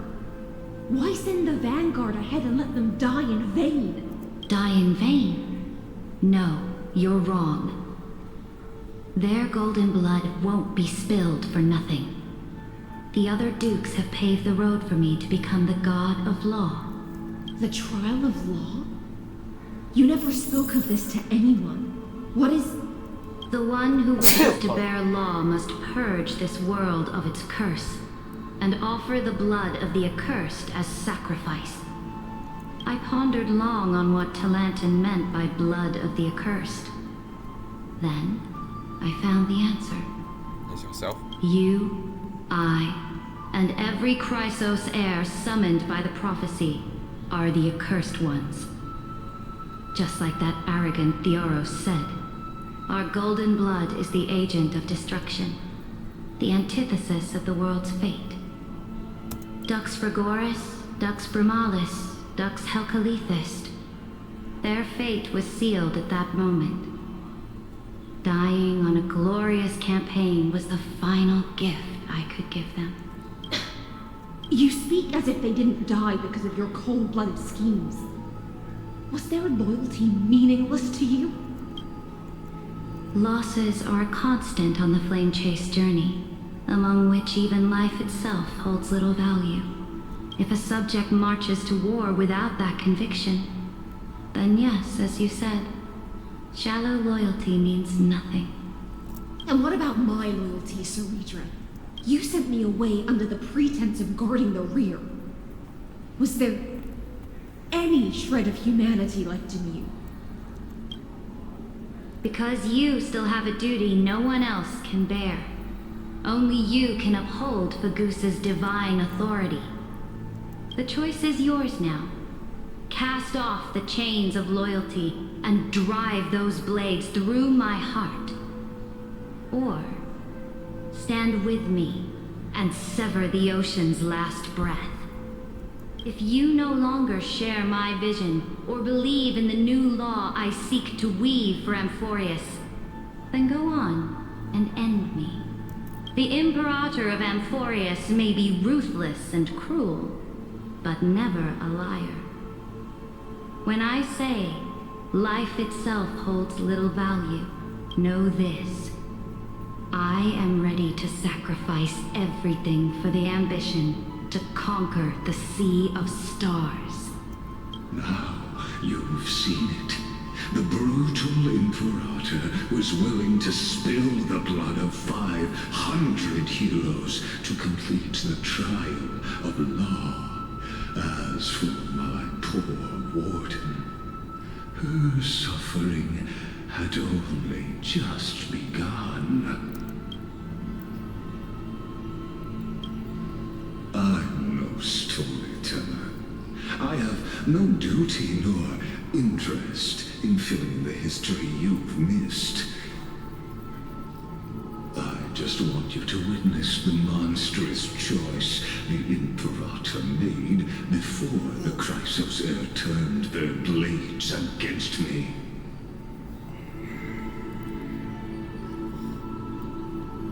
Why are you showing me this again? I gave up on using words to solve conflicts 2,000 years ago. But I won't squander a chance, not even a sliver of one. If there's even a crack in the walls of your conviction, then my victory is already assured. I don't know, I feel like you did absolutely nothing. Now that the past is settled, let's turn the page and bring time back to the present. I don't know how this can convince me in any form of way, of whatever you want. We reach the very bottom of the abyss. You know what I hate? I hate that the setup for the previous scene where all the flame Krasnos air was basically like set up perfectly for like a lead up to a fight, but then we have to go through this trial of a fucking slog to see the history.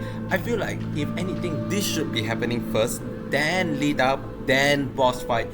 But I don't know why they lead up into a fucking memory fest, into I guess another lead up. The fleet that rode the waves was dragged down into the deep. The flame-chasing nymphs were reduced to ash. What a tragedy.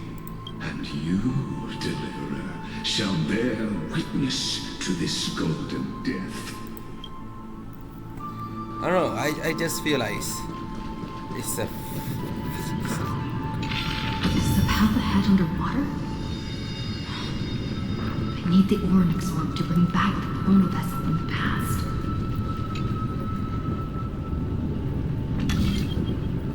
Shatter the vessel of time and let this stagnant pool start hidden gate leads to the vortex. Hurry now. The time of our reunion draws near. You talk way too much, man. This hidden gate. What the fuck? Now. Why did he rip it? Oh, I'm here myself to cleanse that. This cruel journey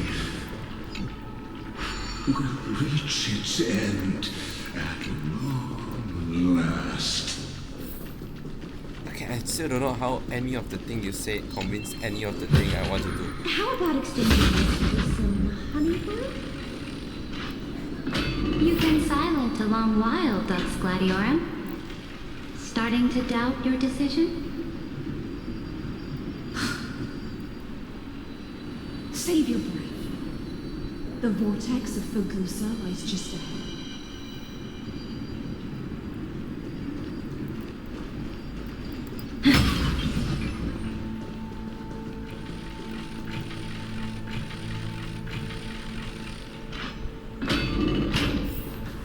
After the trial, there's nothing left for us. So you'll stop swimming toward the stars, Dux Gladiorum? I was always a creature of the sea. The stars in the sky were never meant for me.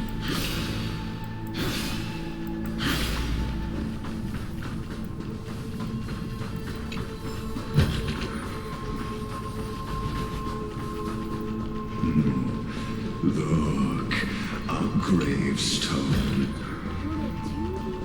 But whose name does it bear? There's a gravestone. Where?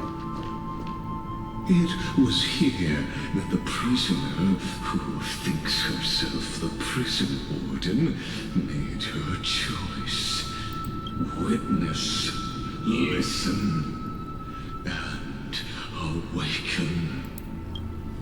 Dux Gladiorum. I've lost count of how many times you've stood here over the past centuries. You talk too much for a prisoner like Kurgus. Two geniuses who defied law and all the chrysospheres, who sacrificed themselves in this cycle, worked together to chip away my strength. But they, you, can never affect my will. And as long as my will remains intact, I am free. Don't get ahead of yourself. I still have ways to chain your divine soul. Please, do surprise me. But I'd say your mission is nearly done here, isn't it? Oh, it was here you gorged out the core flame of ocean from Fagusa's body. It was here you and that Imperator both completed apotheosis, becoming pillars of Amphorius. And after that, you drove your blade into her heart, a loyal subject turned regicide, a demigod committing deicide. Or so the history books paint that tragedy. Oh, but if that's the truth, then why, after 1,000 years, are you still here, guarding the Imperator's grave? Still bound by loyalty? Come to think of it, perhaps I'm not the only one imprisoned here. Your calm does stir the rage in me. As if the one paying the price here isn't you, but us. The ones who lost everything. That That's only because I've waited 13 million lifetimes for my vision to be realized. Countless millennia. Loneliness never once showed me its fatal side. In fact, for a prisoner of the cave, it's more like an old friend. One that helps me think. But you're different, Dux Gladiorum. Loneliness has crept from the silent depths, sinking its claws into your mind. Bit by bit, it's peeling you apart. Will you regress into one of those lost mad sirens? Oh, what a shame that would be. You're right, Lycurgus. Loyalty, curse, the fall of my kin, and this endless waiting. These shackles are too heavy for a fish that cannot perceive any light. I can't break free of the whirlpool that's pulling me under. Nor do I have the unwavering resolve to force myself to wait for that person's return, as everyone hoped for.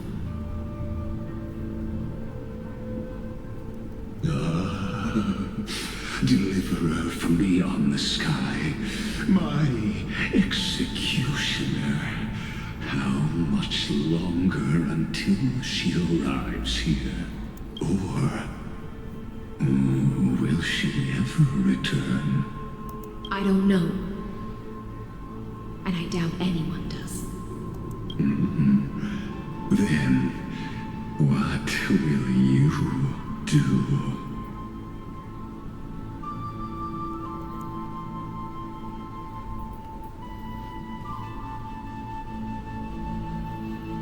Saridra.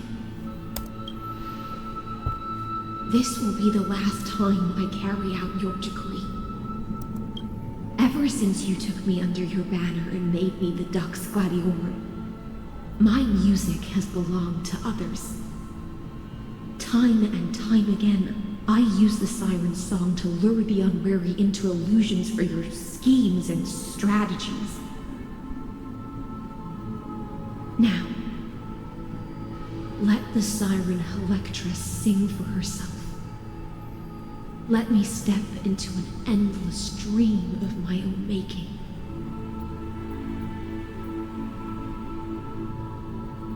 Oh, great ocean. I offer you the rest of my clarity and my freedom in exchange for the strength to stand against the nihility and honor the sacrifices of the fallen heroes.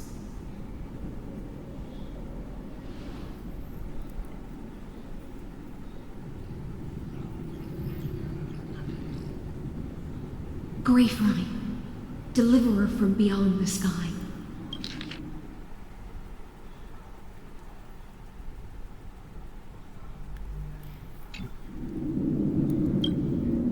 When you ride the current of time and find your way here, you'll hear my solo. It will guide you to the heart of this world. By then, I may still be lost in my self-wrought slumber, but I'll uphold my part of this long relay and guard the shackles that seal the Theoros. Do you still remember? To awaken someone from a siren's voice, you'll need the honeydew. The gift I once gave you. May you still have it when the time comes.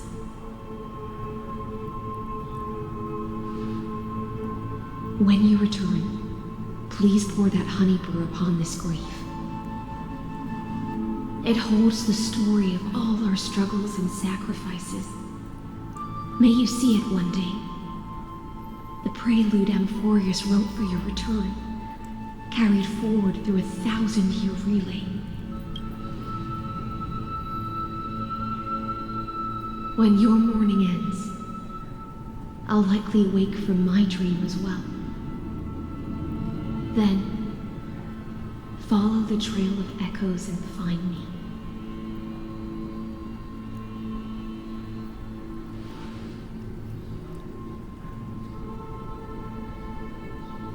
And together, we'll bring judgment upon the sinner who defiled the erudition.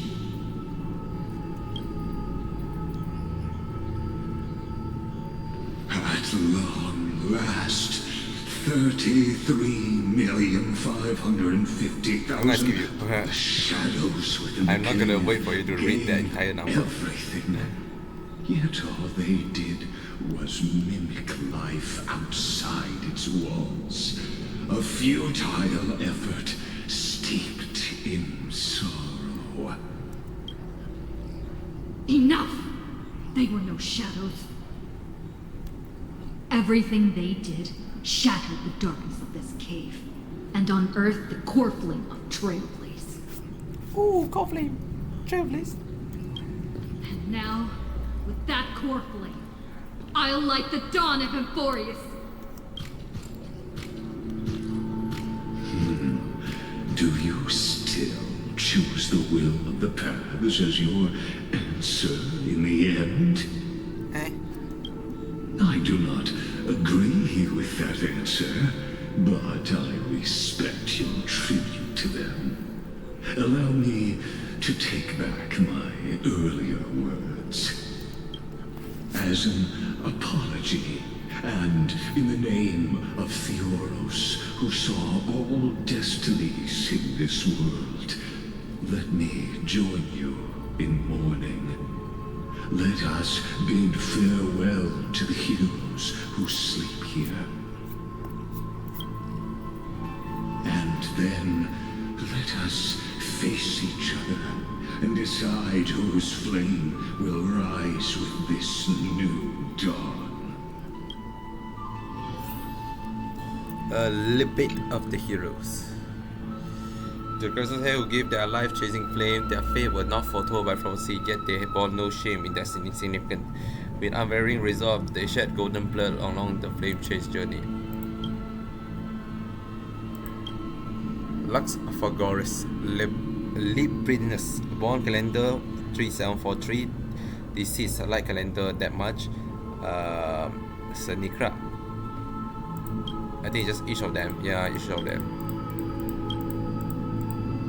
The end of the long epitaph. Zeridra, the Emperor, the demigod of law, deceased light calendar 3960. They're actually separate. Actually no. This is born. Oh yeah, they're all in the same year, yep. You pour the honeydew on the gravestone, amber liquid seeping into the crevice of the inscription as if the hero are drinking deep of the spirit tribute. Virginia, Apollonius, Seneca, Labienus, and Zeridra. Through a brutal sacrifice, they lit the stars of law in this world, propelling Amphorius's fate forward. In the shimmering mirage of illusion, they entrusted their dreams to ride among the stars to the hero yet to come.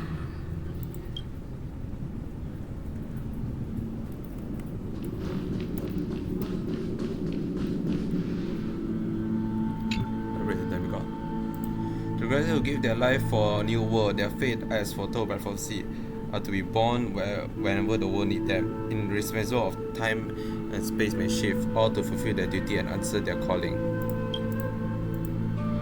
The demigod of Earth,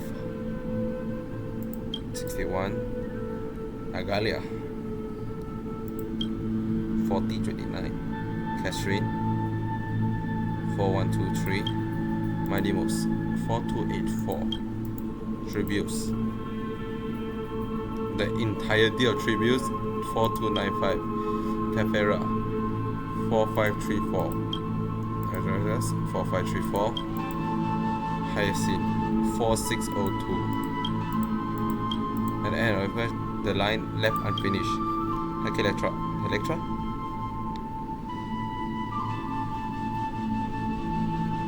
deceased-like calendar. She's the one who write it. She cannot write her own death. She cannot write her own death. You tip the chalice once more. The honey brew bathing the stone like golden blood upon the demigod. Fortune destiny through his perfect. Turblia, Trebios, Midimos, Castris, Anaxagoras, Cyphera, Hyacinthia. You know it's real when they have to use out the entire full name. Spanning 1,000 years, they stood against enemies far beyond their strength, and won a bitter victory through what seemed like futile resistance. And in that same 30 million cycles, also marked by futility, they remained steadfast in fulfilling their duty to the experiment, unchanging, unwavering. Let this be the end of mourning the fallen. At last, allow me one final toast to the lost prison warden, a prisoner bound by loyalty. That voice. Could it be?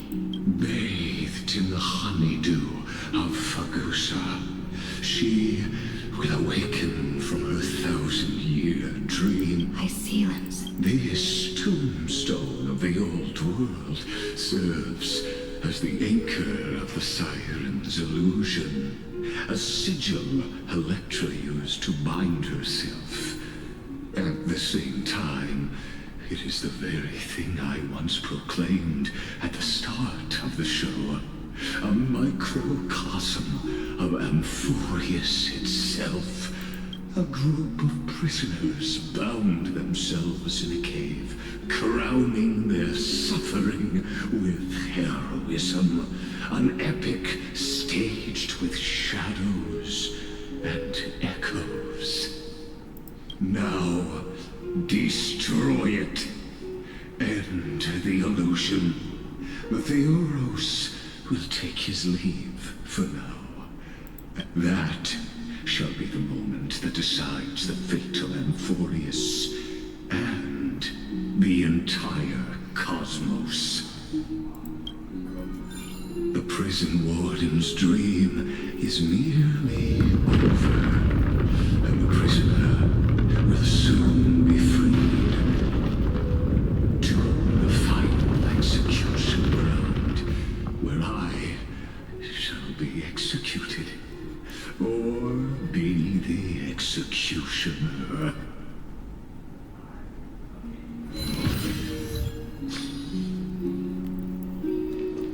Thank you. This world and I shall haunt you until we meet again.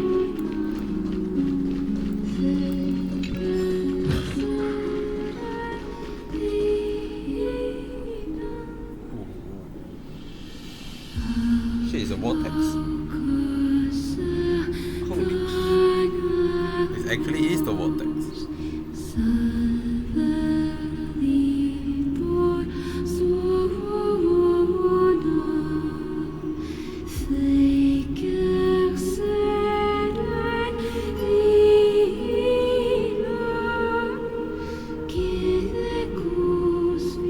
The last demigod. I'm here.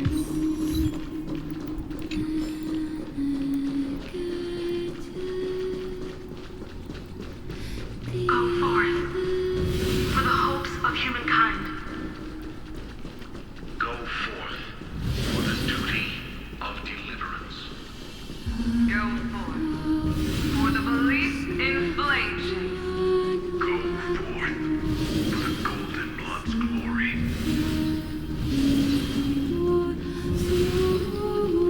Go forth.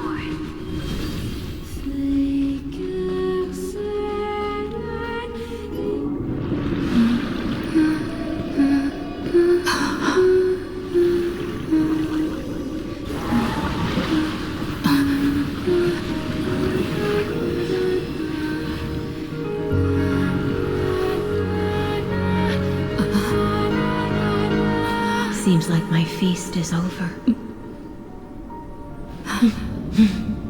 It's now your turn to perform.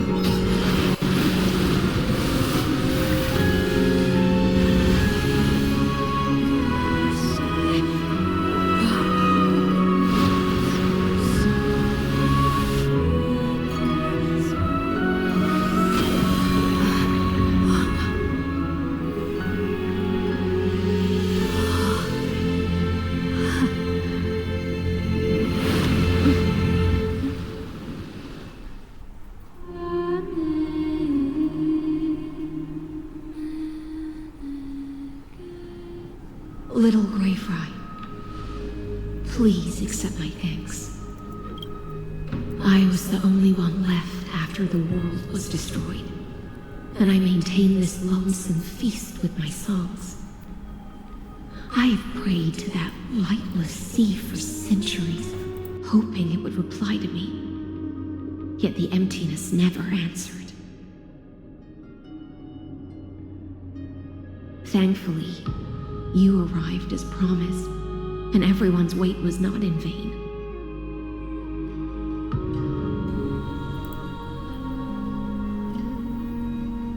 Your song is beauty.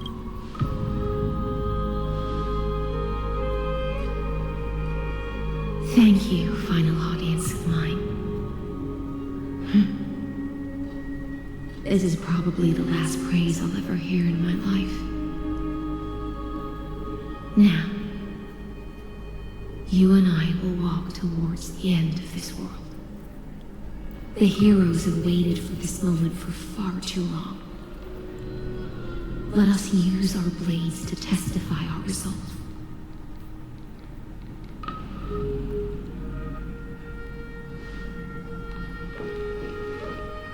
Oh, prisoner of the seas. Theoros carrying 30 million cycles of sin. Slave of erudition.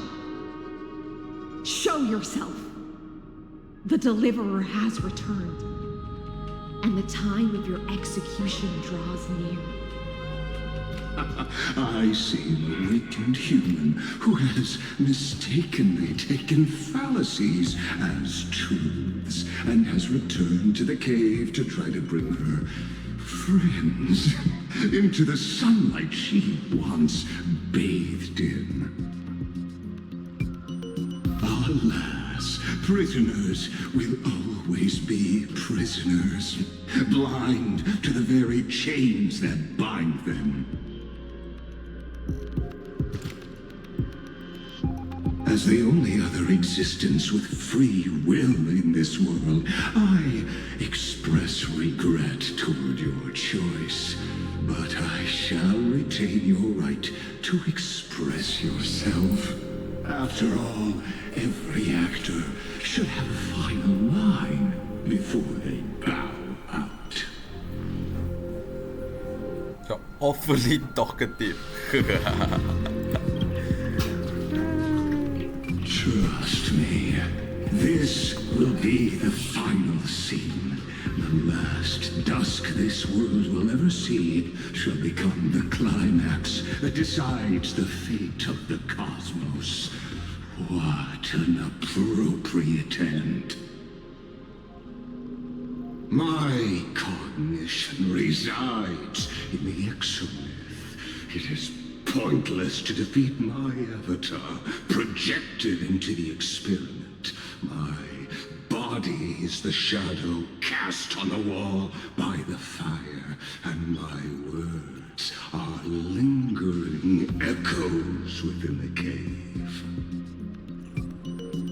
How can a character in the play fight against the audience?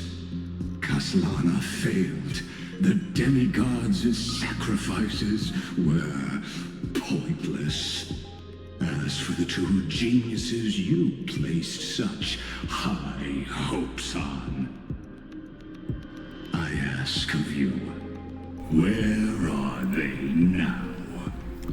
Boom. Appear now. After the Imperator was assassinated. Confusion and epiphany always go Oh my god, why is there more flashback? That's Jesus Christ. particularly true. You must be very confused about why you could not gain a straightforward victory in a world constructed by an ordinary Teletron. An ordinary Intellatron? Cut the pretense, senior society member. We've torn off your meticulous mask and figured out Amphorius' true form. It's part of the primordial prototype machine, the first scepter ever created. In other words, a detached part of Noos's divine corpus. That's why it has the potential to destroy erudition. As for who would be able to control the Eonic system to rewrite knowledge, only one person has ever managed such a feat. You better have an explanation for the society. We want an actual answer, not another prolonged metaphor to cover up the truth. Why are you the one doing this? Answer me. Since things have reached this point, I'll give you two irrational answer, purely as a courtesy to posterity. The answer is obvious, so there's no need to say that name out loud. The cosmos made a mistake in calling me a genius. I do not possess more wisdom than those who came after me. I was just the first to touch upon the universe's border, and the first to define the prime mover of life with incorrect logic. Amphorius is a miniature of the cosmos, where all are born prisoners inside the nutshell called the universe. Like the madman who returned to the cave and preached about the daylight to his fellow prisoners, my greatest sorrow is that I led my peers down a road that plunges into the abyss, from which there is no return. I led them into a lightless cage called paths. I created a mechanical guard that even I cannot control. And then they became an unparalleled nightmare through their endless extrapolations and evolutions. They bore the name of erudition, yet they tried to define the known and to seal off all possibilities. No new rules were ever born after their ascension, and humanity will forever be shackled within the cave known as eons. Therefore, as my organic life neared its end, I coded my consciousness using 14 algebraic expressions and spread my logic core over 9 bodies, all to finalize my ultimate denial of Noos in the future, and to erase my wrongs with my own hands. As for Lycurgus, he is only one of these 9 vessels. What an astounding strength of will. As a fellow pathstrider of erudition, I fully understand your obsession with seeking the truth. Therefore, you surely see it. You cannot possibly stand up to me in this algebraic world sharing its origin with Noos. However, I hereby speak for all sentient life forms. We will never allow such a cruel atrocity to occur. You can pile on your metaphors mountain high, but they won't change the act you're committing. The Iron Tomb out there in the cosmos is still a technical beta version, and yet it's already powerful enough to corrupt the life logic of all inorganic worlds.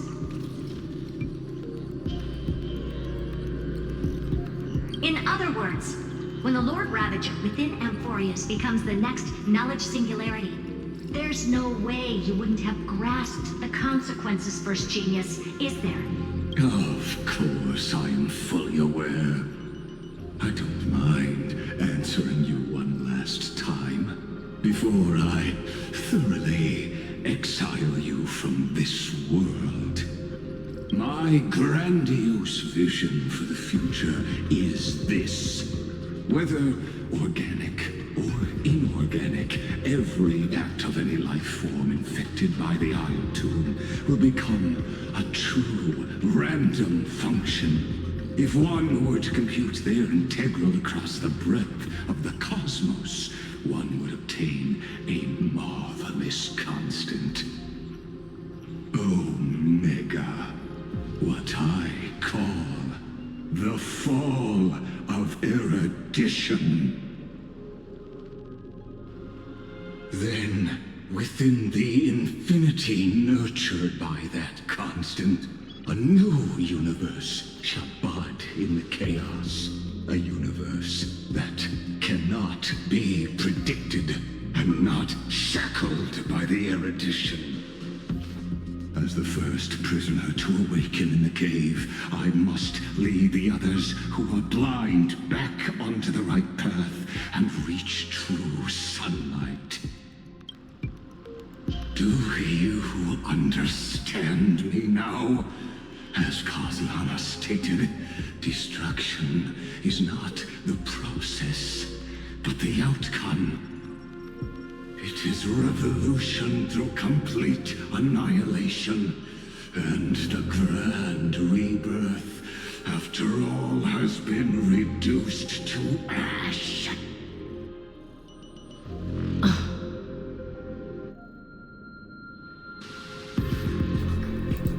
Never agree with your views, it's not reasonable. Shut it! That's not what Finon believe at all. Just shut it.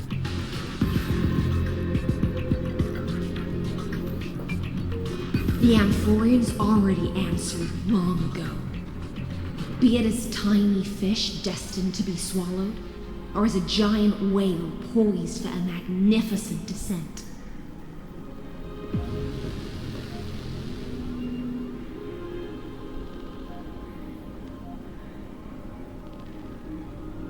We will all fight against fate till our last breath. That includes me, Electra. Once the Imperator's subject, now the Deliverer's blade. Clap, clap, clap, clap, clap, clap. Oh, such noble chivalry. Admirable. I will also show my true self to you on this momentous occasion as a gesture of respect. And provide an insignificant academic suggestion. Thus speaks Genius Society number 1. Xandar 1. Hi, Xandar. Kuwabara. The entelechy of the universe's Alpha and Omega. There's no need to rage against the truth. The value of any formula resides only in its answer. As for the process of solving it, no matter how elegant, violent, solemn, or humorous, it is all utterly meaningless. As the Theoros, I will.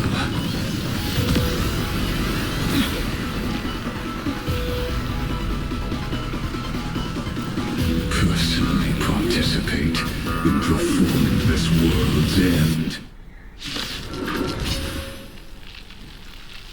Something uncanny about this form. Why does he look like a JoJo character? Death of knowledge than they ever will. 5 health bar. This is Lycus's champion. 5 health bar. Or 3. Ow.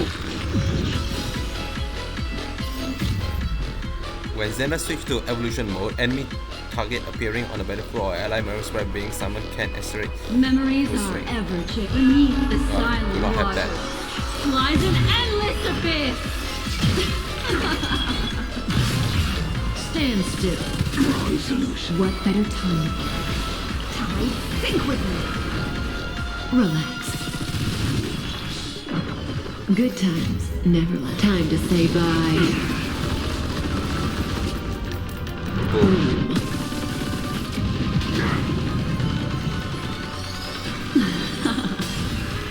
Stand still.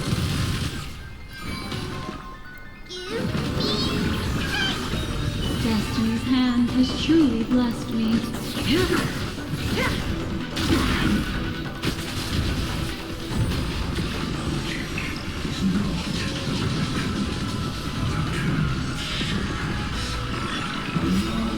What the fuck? The entire normality state will activate ultimate. However, using ultimate will cost massive HP. Can I see how much HP though? That much HP. So half that. Your cries rise. And that's after the healing, because I don't think she will going to get damage if she will have healed.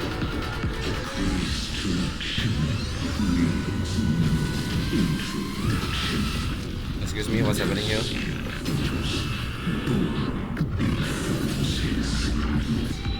Alright, okay, this definitely is a much better form to look at.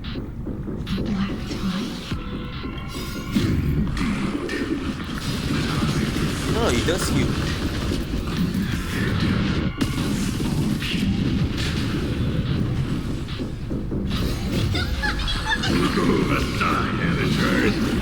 Critic of heal or what?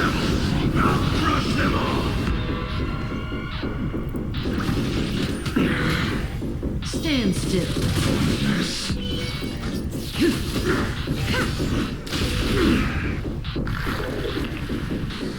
More target. Yeah, that's not good, right? Memories are ever beneath the silent waters lies an endless abyss. Relax.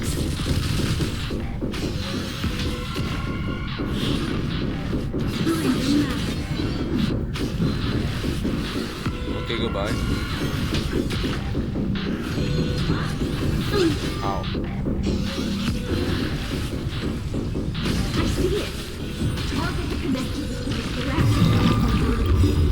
Destroy that spot. Time to say bye.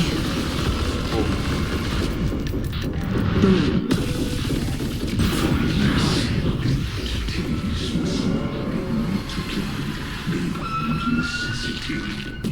Ow.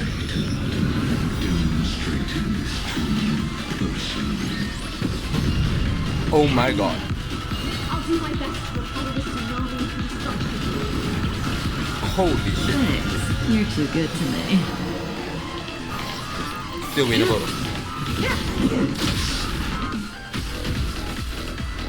Intelligent. Protocol warning.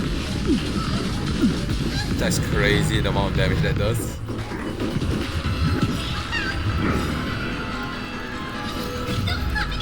Move aside, amateurs. Fiends or devils, I'll crush them all. Good times, never left. Time to say bye. Boom. Boom. Shoot. Need one more. Transmute. Ow. Ether inversion. Okay, I'm Good using it. times, never left. Time to say bye. Boom. Boom.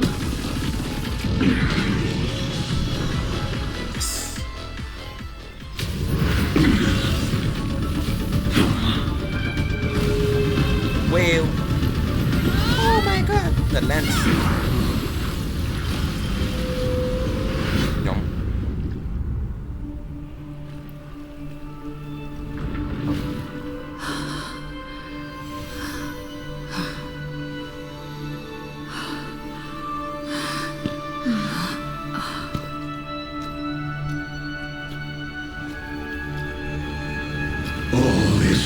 futile. In erudition's calculations, the end of the saga is simply a comment awaiting deletion.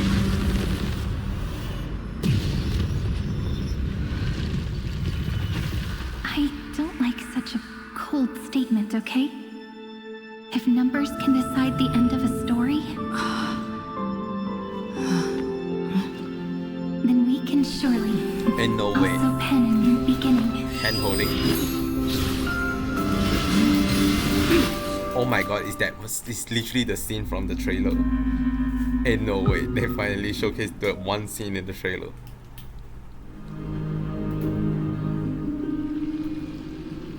And that's it, after the feast. Screwy, what do you think? If your hypothesis of Lygas's identity is true, then even if we remove the restrictions of the Ultimate Protocol, the chances of us defeating him in a head-on battle will still remain lower than the acceptable threshold.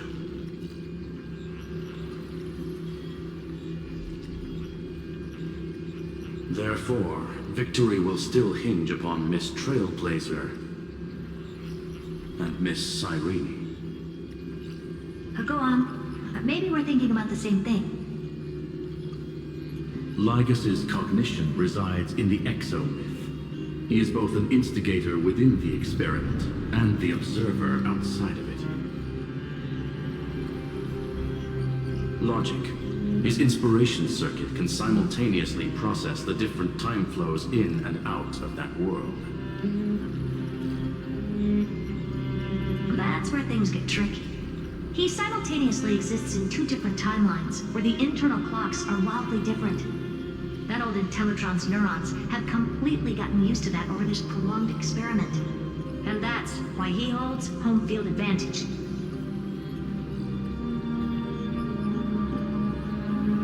You and I should be able to manage that too, if given more time. Unfortunately, there's no if, and we don't have more time.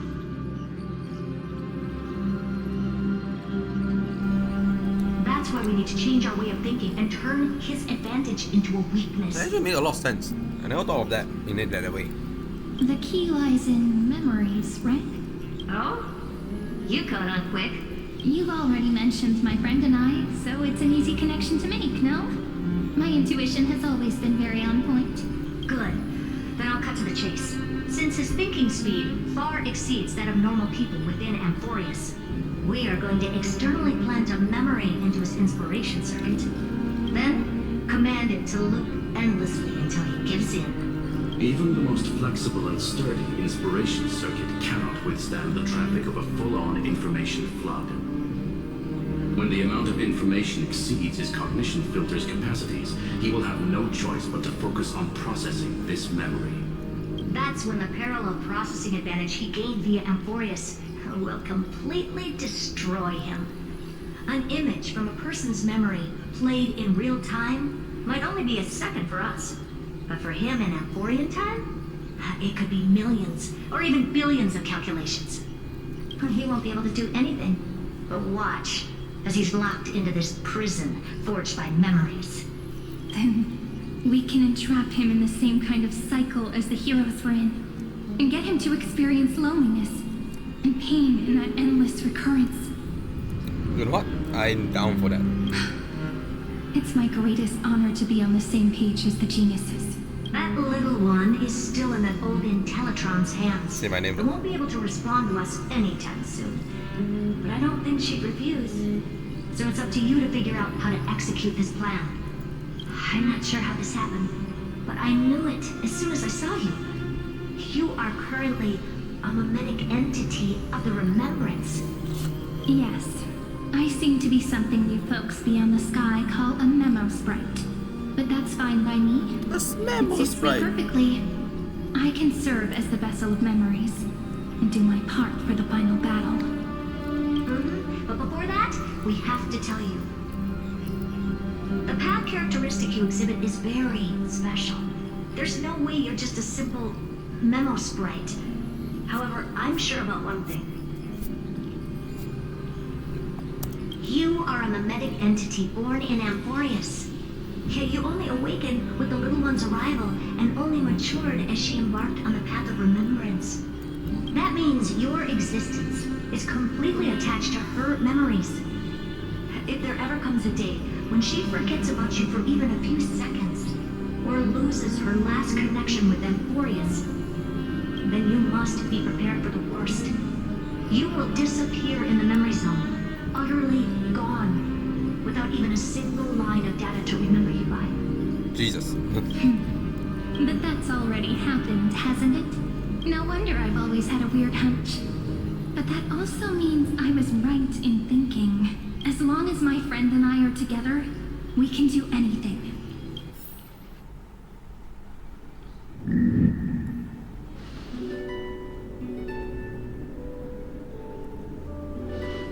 Long time no see, friend. Did you miss me while you were away?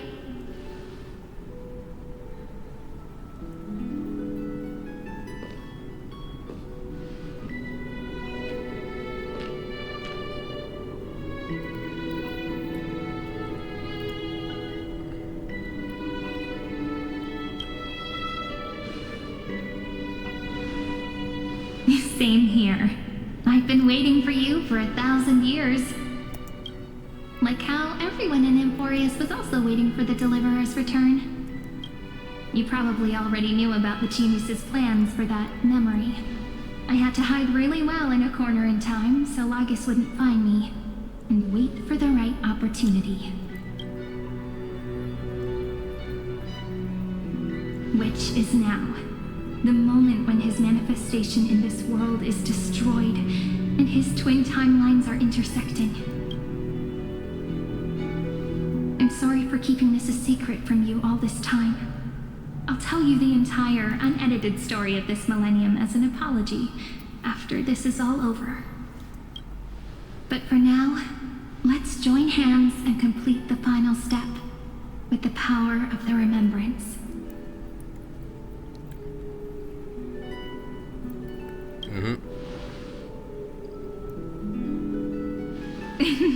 Yep. By the way, speaking of joining hands,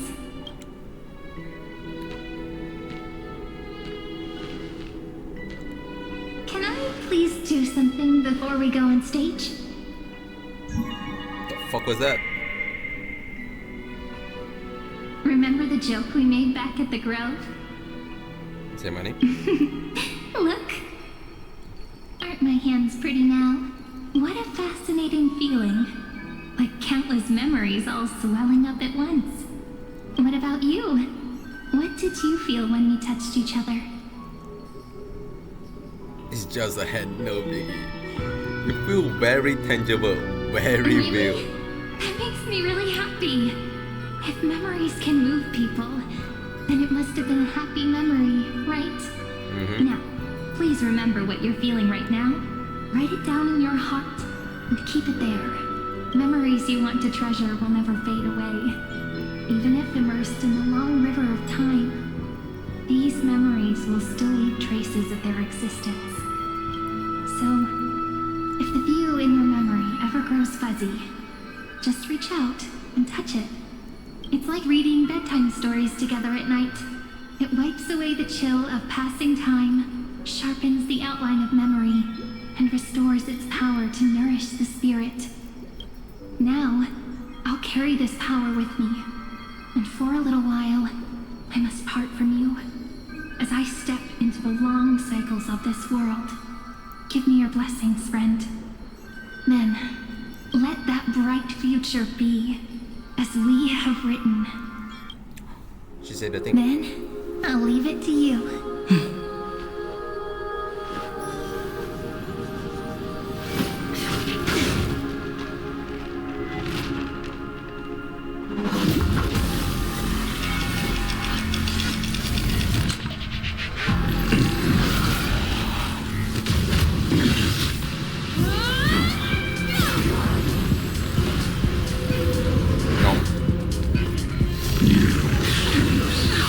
As a weapon.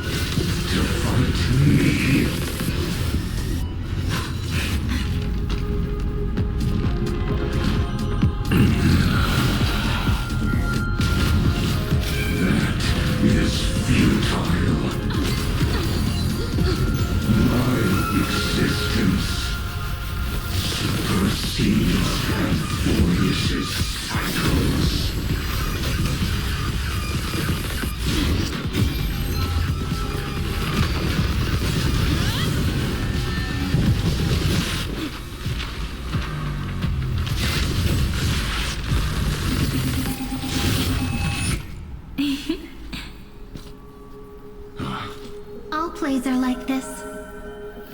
Once you're on the stage, it's hard to return to the audience.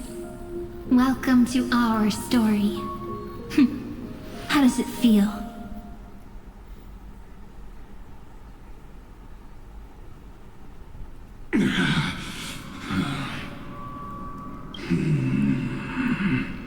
Even the authority of time cannot command the entire scepter, nor can it plunge the Amphorian extrapolation into a loop. If this was no system malfunction, then was I implanted with the mimetic entity of the remembrance? You guessed it right away. As expected from someone people call the first genius. I'm gonna keep doing what I just did if you don't stop, you know. My friend and I won't allow you to leave this memory, no matter what happens. Which means you are now trapped, Lord Xandar. An elegant idea, and an exquisite execution. Regrettably, it is you who are restrained by time, not me. Know that patience is my greatest weapon. Waiting and victory are the same for me.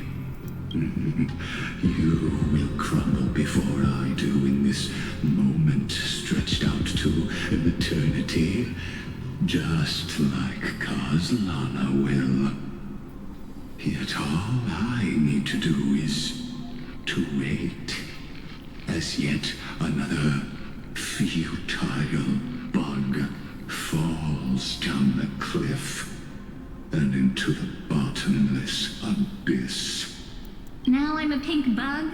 My looks are seriously changing all the time.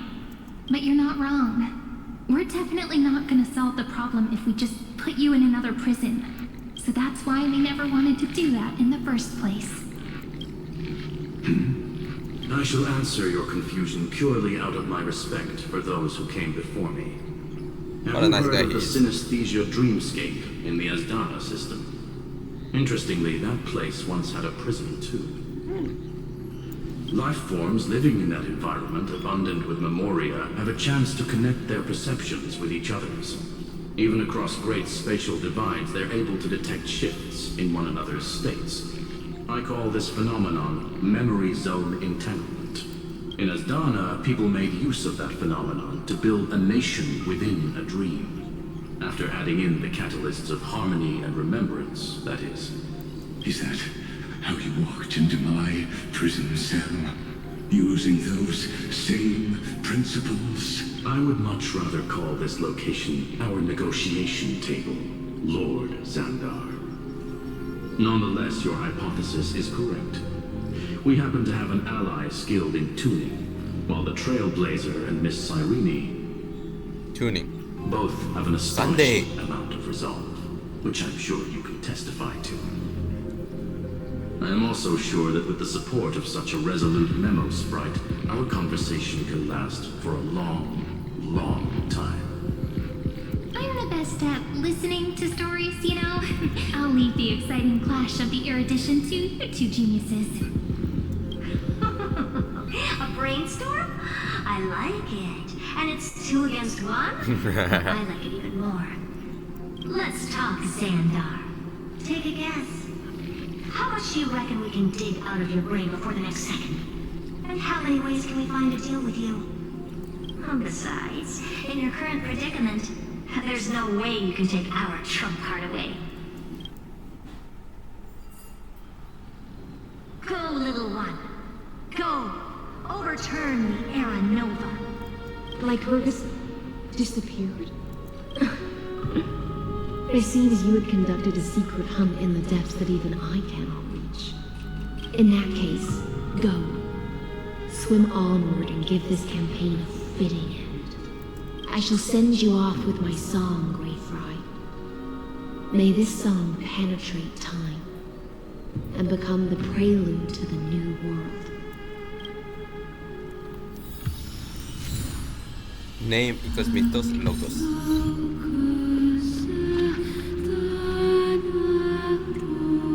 What is this?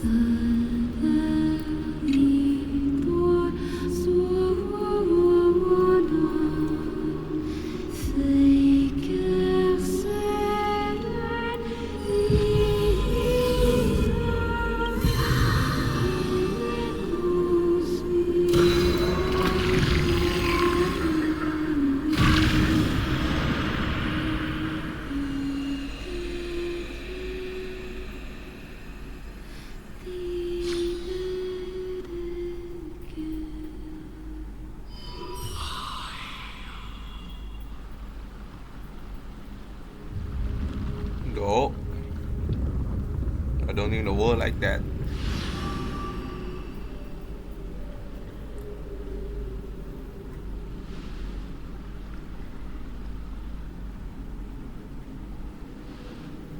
But it's kind of sad though, because that means that everything that's happened here will also be resetted. So literally the past like thousands of years is gone. Dux Gladiorum, you have completed your duty. A new dawn is about to rise. Why not swim towards it?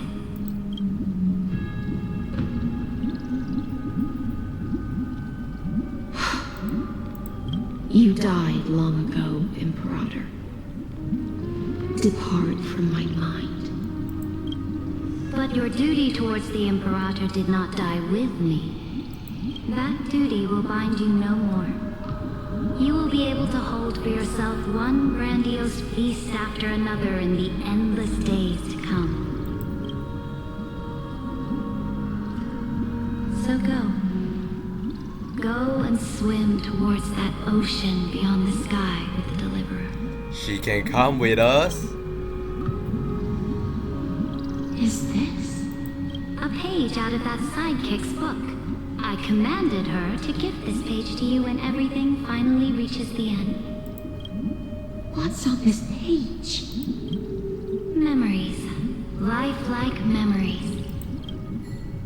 That sidekick found me after the bloody feast 1,000 years ago and showed me her diary. I saw within that notebook.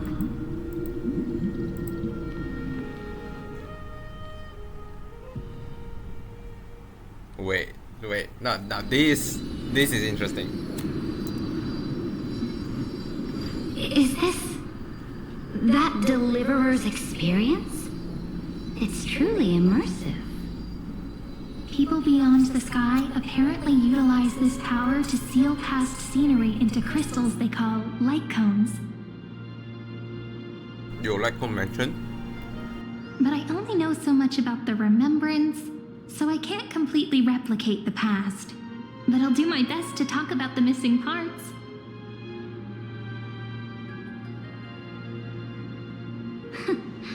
I'm all ears. Go on then. Do your best. But if your chatter gets too boring, or if I deem it offensive, then law will become forever beyond your reach. Got it. I'm sure you'll find this to your liking. After all, it's human nature to want to embark on a journey into the unknown.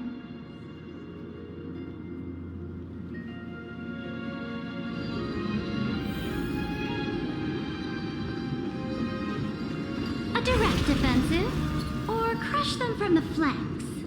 What brightly colored annals. The journey of the Deliverer's conquest. Let me partake in it. Is this a fortress in the sky? This is the first step of my friend's journey. Okay, give me like a minute to go toilet. BRB.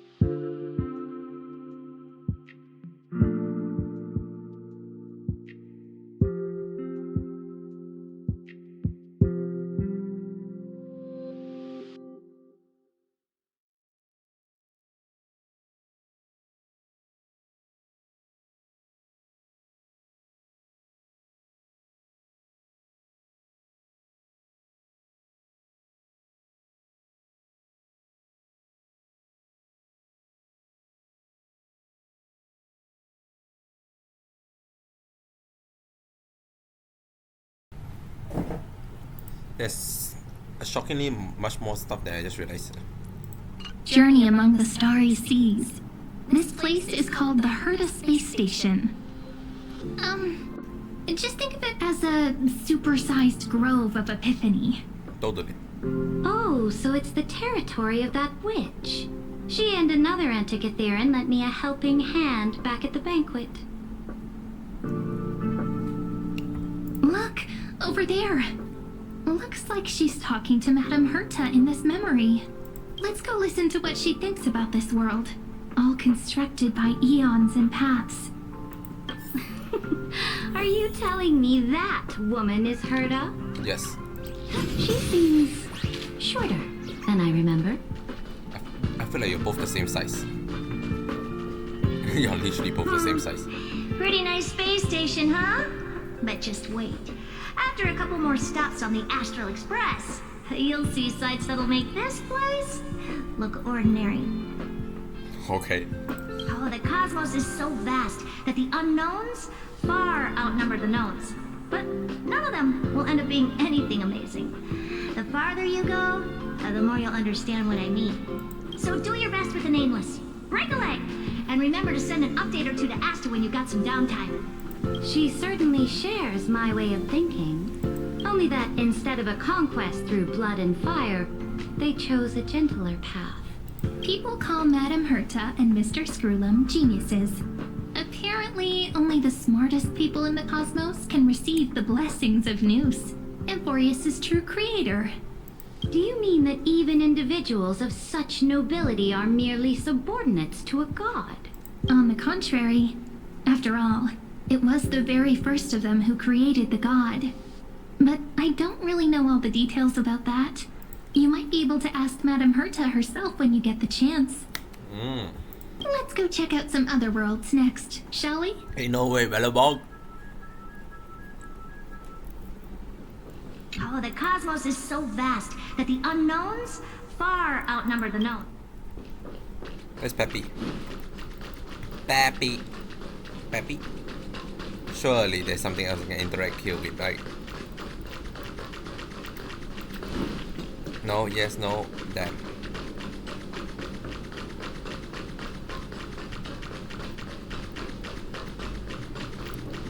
This next stop on the journey has a lot of similarities to Amphorius. It's fucking isolated in the world. Frozen. A snow-covered lamp? Interesting. This star is named Eurillo 6. That name sounds so cold. Bellabog sounds better. The girl we see here holds a similar station to you, Imperator. She's the Supreme Guardian of this world. A leader who took up the mantle of government during a disaster. I did not expect the Empress of this world to be so young. What the fuck are you on about? Well, your appearance isn't much older. The object in the distance resembles Nikador. Is it a weapon? No, it's called... Right! The Geological Reconstruction Unit. No, it's the... Just Giorios' Titankin? Disappointing. What's it called? The creation... there's... What's the name they call it? Creation... Weapon of creation or something. Creation or weapon. Something weapon or something creation. Anyhow. It's all thanks to you that we survived the crisis. The collaboration with the IPC is both an opportunity and a challenge. Nonetheless, it's an important step in our journey back into the universe. This world was sealed beneath its sky just like Amphorius was, and they only managed to reconnect with the stars when the Nameless arrived. That IPC she spoke of, is it a more powerful organization? Sure. Yes. The IPC conquered many worlds through trade, and opened up a vast territory that way. There are many such powerful alliances beyond Amphorius, and they all walk on roads different from the destruction. Coming back to the Supreme Guardian and her Bellabog, didn't they find a peaceful way to enter the interstellar community? That cannot be true. That IPC would never have grown so big on trade alone. It may pretend to be a wealthy merchant with clean hands, but I am willing to bet that it grew fat on gory oppression and bloodshed. Its path of conquest must have had no mercy for the weak and would have destroyed them if needed. Are you telling me that this snowland never thought about tossing its dignity to the wind and kneeling to the IPC? I will not believe it. Just crazy thought. I will never allow the Imperator's empire to be sullied by others. Amphorius must become a power so strong that no interstellar foreigner would dare to look down upon us. Imperator, Belobog isn't as weak as you imagine. I indeed hesitated.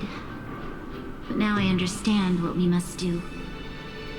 Belobog must learn how to walk on her own until she no longer needs the support of others and can stand on her 2 feet among the stars.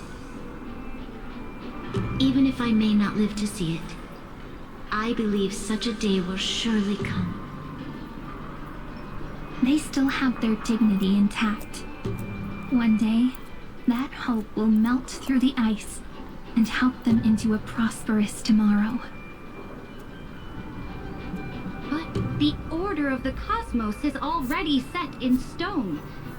The old laws decree that only the strong survive, binding the weak in an unbroken chain until they wither and turn to dust.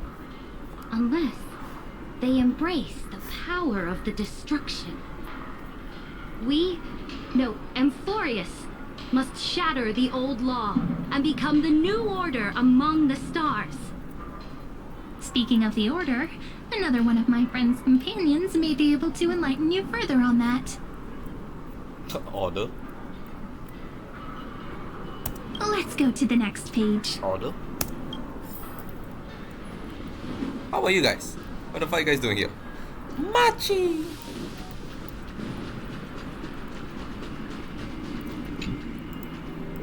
This next world is a nation of dreams. I like how you just skip Zenzo. The first time I heard about that place, I didn't even know what to think. We just ignore Zenzo.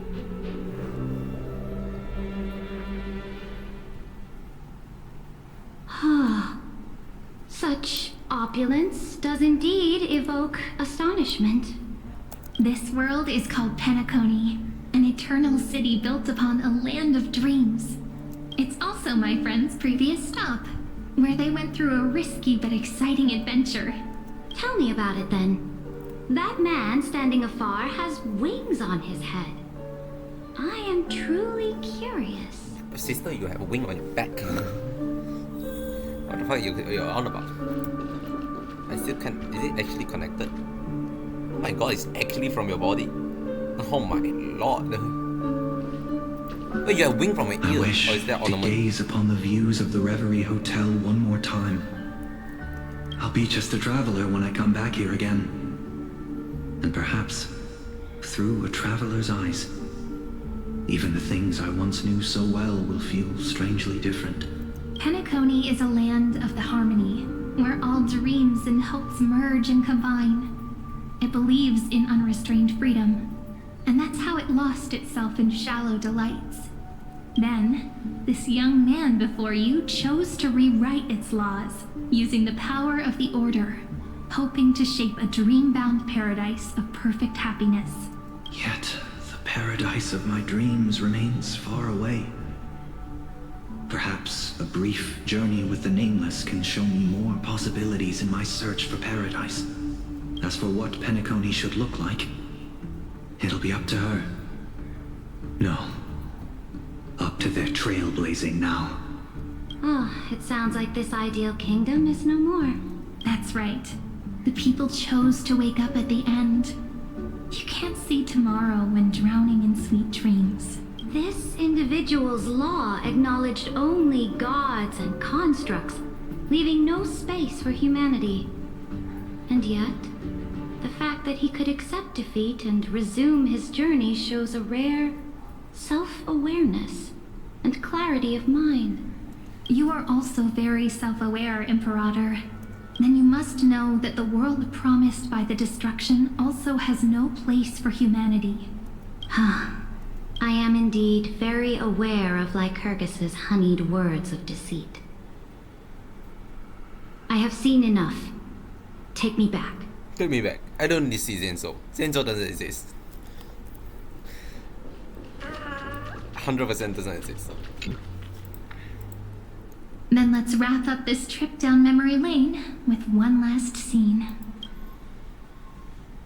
This absolute wonder. Isn't it pretty? That's our Amphorius. Our world flows and meanders in this endless band of light. Though we were born from the designs of the gods and are not yet truly alive, the Chrysos heirs of Amphorius still chose to stand against fate and carved a legend no different from that of humankind. Will you really renounce the heroes in this world's previous 30 million cycles, Imperator? Including even yourself. Will you bow to brutal destiny and allow that puppet master named the destruction to have their wish? I know what you want to do, sidekick. You want to use that deliverer's memories to influence me and tilt the scales of law toward her and the two geniuses. Yes. You really saw right through me, Imperator. How can one rule an empire if one is incapable of understanding people's minds? I have decided on Law's final destination. However, before I move my next chess piece, before we go on, tell me this, sidekick. Throughout her trailblaze, was there ever a memory of the ocean? Lushaka. The ocean. My cradle. My home. You shall complete your conquest in the ocean at the boundaries of this world, and eternally slumber in the sound of tides. You shall eternally slumber in the sound of tides, and complete your conquest in the ocean at the boundaries of this world. Our prophecies aligned as flawlessly as a sea snake circling upon itself. An elegant loop, like a joyful hymn, like the circulating ocean current, like our two fates, like Amphorius itself.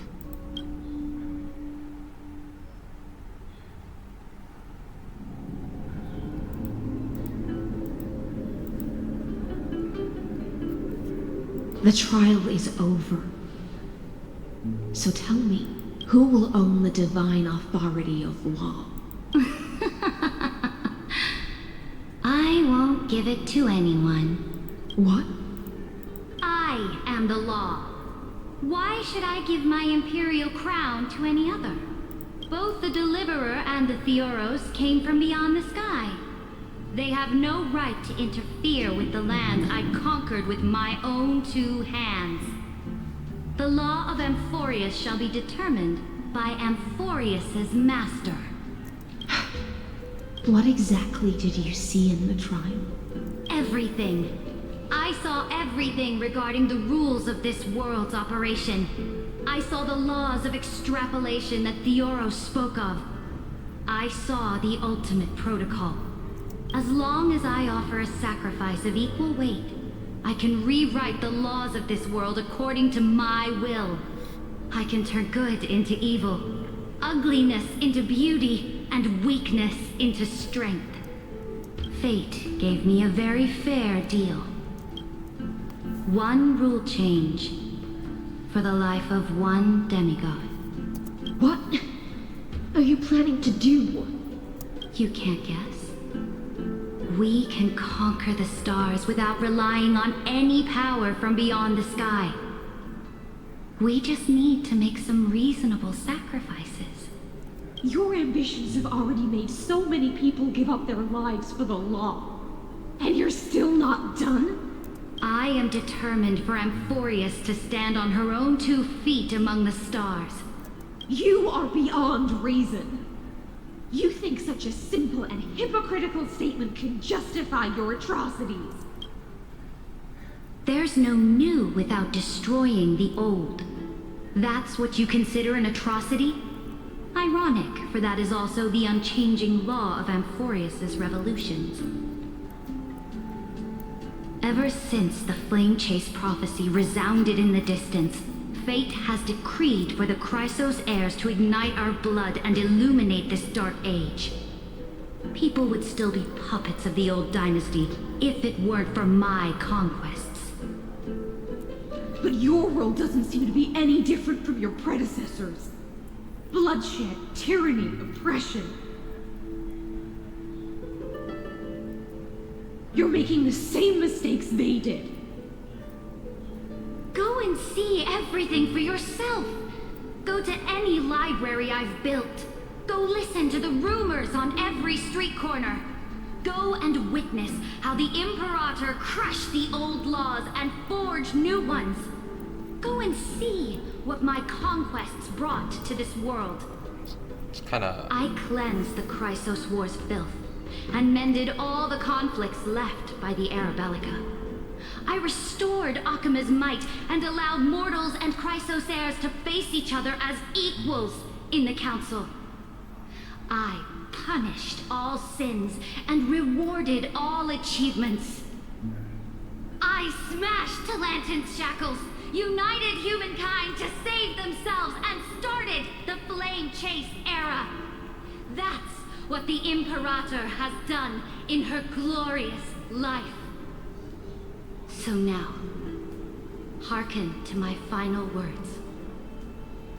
History will eventually forget Saritra, but it will never forget the Imperator's people or the Flame Chase era she began. Final words.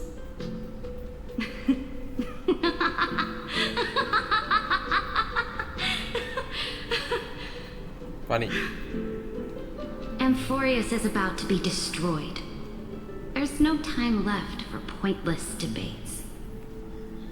There is only one law I want to overturn to aid the final battle of deliverance. So I will only offer the life of one demigod. In the name of the Imperator, I command you one last time, Electra. Either sacrifice yourself for conquest, or pierce this tyrant's chest with your sword. Thus, the Imperator concluded her final speech. At the end of her life, at the last moment before she stepped onto the altar, she gave her most loyal subject the choice to decide fate, just as she promised her compatriots before her very first campaign.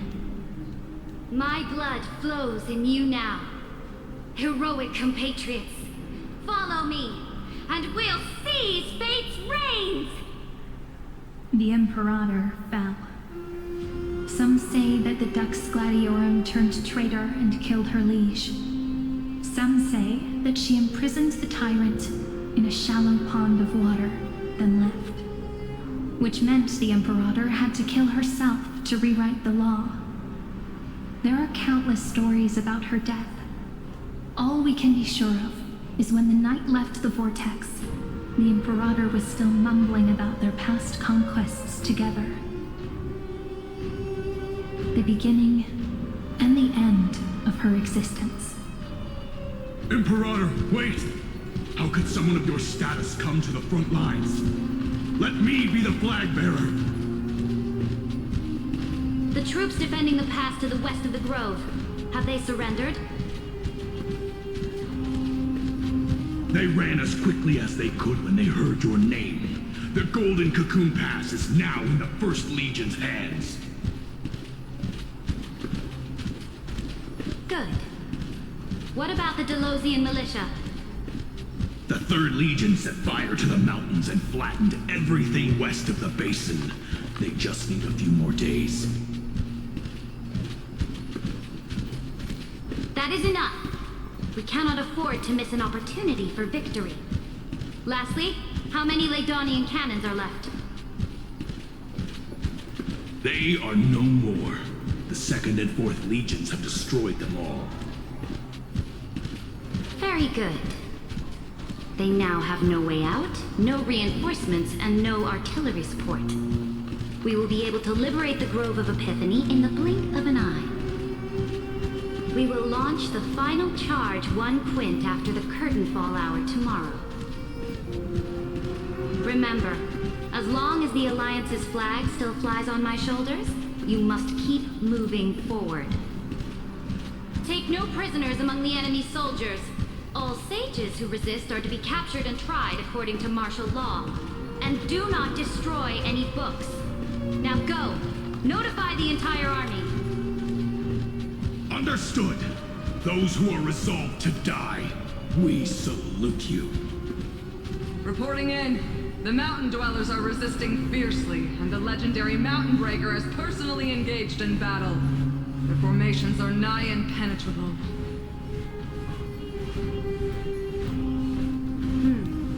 Then cease our frontal assault. Send scouts to all legions and tell them to retreat into the Tritos Plains before the parting hour. What? Are you planning to surrender? It's a strategic change of plans. The seismic walking dragon is enough for that battlefield.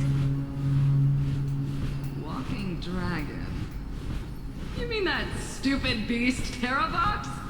What can they even do? Stupid? No. They are the wisest of all of Georios' creations. Only they can perceive the currents of time. Let them deal with their earthly brethren. We will advance and take the lead in defeating what remains of our enemy. I will deliver the most fiery retribution for the humiliation they dealt us, and crown myself with a god-slaying wreath. Understood. I'll see to it. Those who are resolved to die, we salute you. The Temple of the Three Fates sent a letter, Imperator. They refused to surrender and said this letter is their last warning to us. Tell the commanding officers not to launch any attacks unless they receive the Imperator's handwritten approval. Disobedience will be punished by death. What are you doing? The priests of the Three Fates aren't soldiers, but politicians. Do not mistakenly believe they don't have a plan. These dying pests will wring out every idea from their brains, all for short-sighted gain. They are much shrewder than we are. I am inferior to them in that regard. They also have the prophecy to wield as a weapon, something I am not blessed with. Launching an unplanned attack will only disadvantage us, as all of Emphorius will judge our actions. Which means, I will be heading to the battlefield myself, just as I have always done. This time, however, I will go alone. I will conduct secret negotiations to ensure fate is on our side. Understood. The legions will make their preparations. Those who are resolved to die, we salute you. Why are we not allowed to march out with the army, Imperator? This will be a long voyage with no return. Those of you who bear the prophecy cannot come with me. Why are you personally leading this battle if it's doomed to fail? The Flame Chase journey cannot be without a leader. That is correct. The Empire will be without a head when the Imperator falls. But remember, as long as you seize the right opportunities, even a chaotic game will remain winnable. My departure will create a long staircase for you. You will understand what I mean when news of my death reaches your ears. Saridra, is our journey about to be over? Destroy the old laws and forge new ones. My conquest has reached its limits within the borders of Amphorius. Since the prophecy already decreed that the Imperator would never conquer the stars as she wished, I will bow out here and try no more. More Chrysos heirs bearing divine authority will be born, and many more heroes will arise.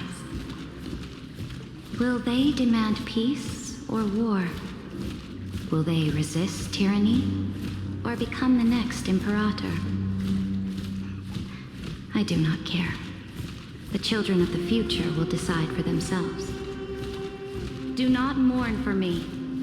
Anyone can kill the Imperator, but the only one who can truly destroy her is Saridra.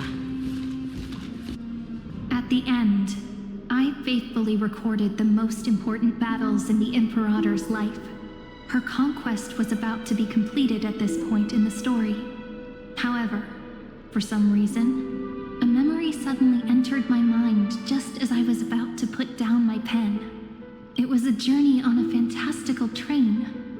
I had the honor of having a heart-to-heart conversation with the Imperator under the stars. And I asked her this question at the end of that discussion. How do you want history to remember you? As a hero who gave up her life for the flame chase? Or as a tyrant? She answered so quickly, as if she had made up her mind long ago. I would rather be forgotten than be defined.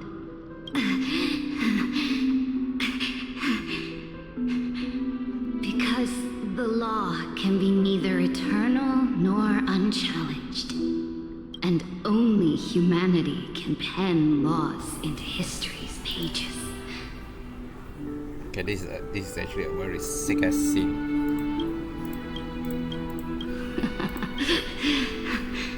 Now, I have shattered the greatest law of Amphorius. The game is nearing its end. Dux Gladiorum.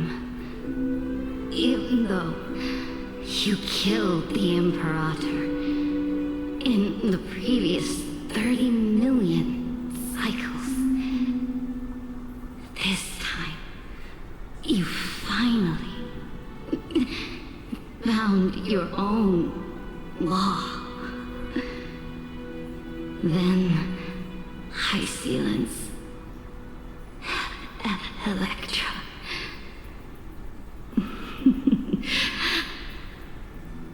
I will ask someone to deliver the prophecy's ocean at the boundaries of this world to you.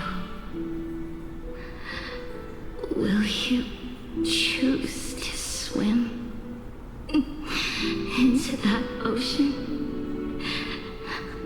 I do not care. Do not care.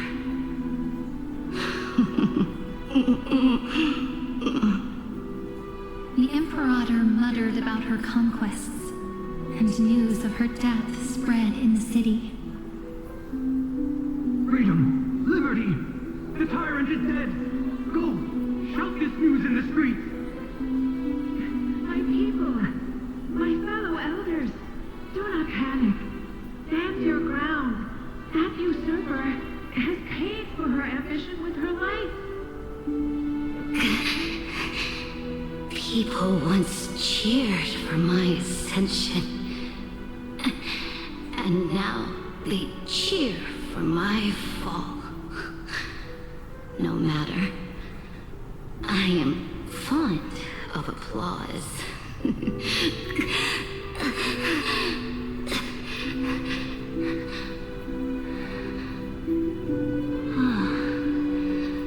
I see the cosmos, the battlefield that I cannot reach. I will return in the next cycle. The stars will hear my legion's war drums, hear great name of the Imperator. Here, Amphorius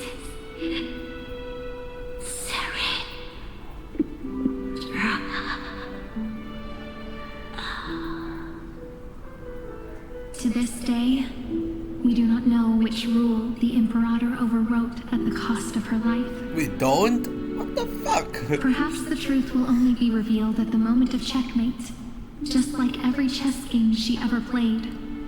We only know her death inflamed Akama. On one side of the city, those who defended liberty toppled her statues to the ground.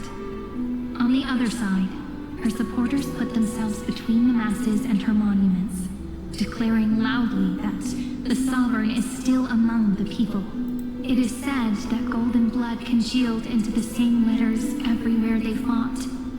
It was the name borne by Akama's first and final Sovereign, the Imperator Saritra. But the one who bore that name did not see any of this. Her gaze was cast far away, and the sound of tides in her ears drowned out the people's cries. What was the Imperator thinking about in that prophesized ocean at the boundaries of this world? In that shallow puddle of stagnant water? Was she reminiscing about her past conquests? Or repenting for the millions killed for the plane chase? It was neither. The Imperator only saw how the surface of the water gleamed like that crude chessboard, dissected by light and shadow in the afternoon when her teacher played against her for the first time. Look at this chessboard. What do the pieces look like? They are strangely beautiful. They look like the stars in the night sky ablaze.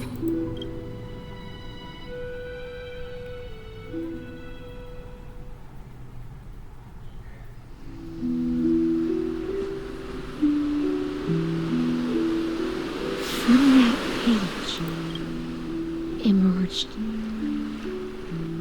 an ocean. Really scale gauge waterscape? So vast, so pure, not a single trace of corruption. Is this Saritra? Electra, my subject. Ever since you walked out of the tainted ocean and pledged yourself to me, I have seen the abyss in your eyes and the emptiness in your heart. That was why I promised you a new ocean, where the Imperator's ambitions would serve as the currents, and loyalty would be its light. Electra, my subject. You have done your duty as my blade. The prophecy has now made its final decree on the road I intend to walk. My conquest is doomed to never reach the stars. But the Imperator never makes empty promises. So take this memory, this ocean, beyond the sky, as witnessed by the Deliverer. This is the final gift that the Imperator can leave for her subject.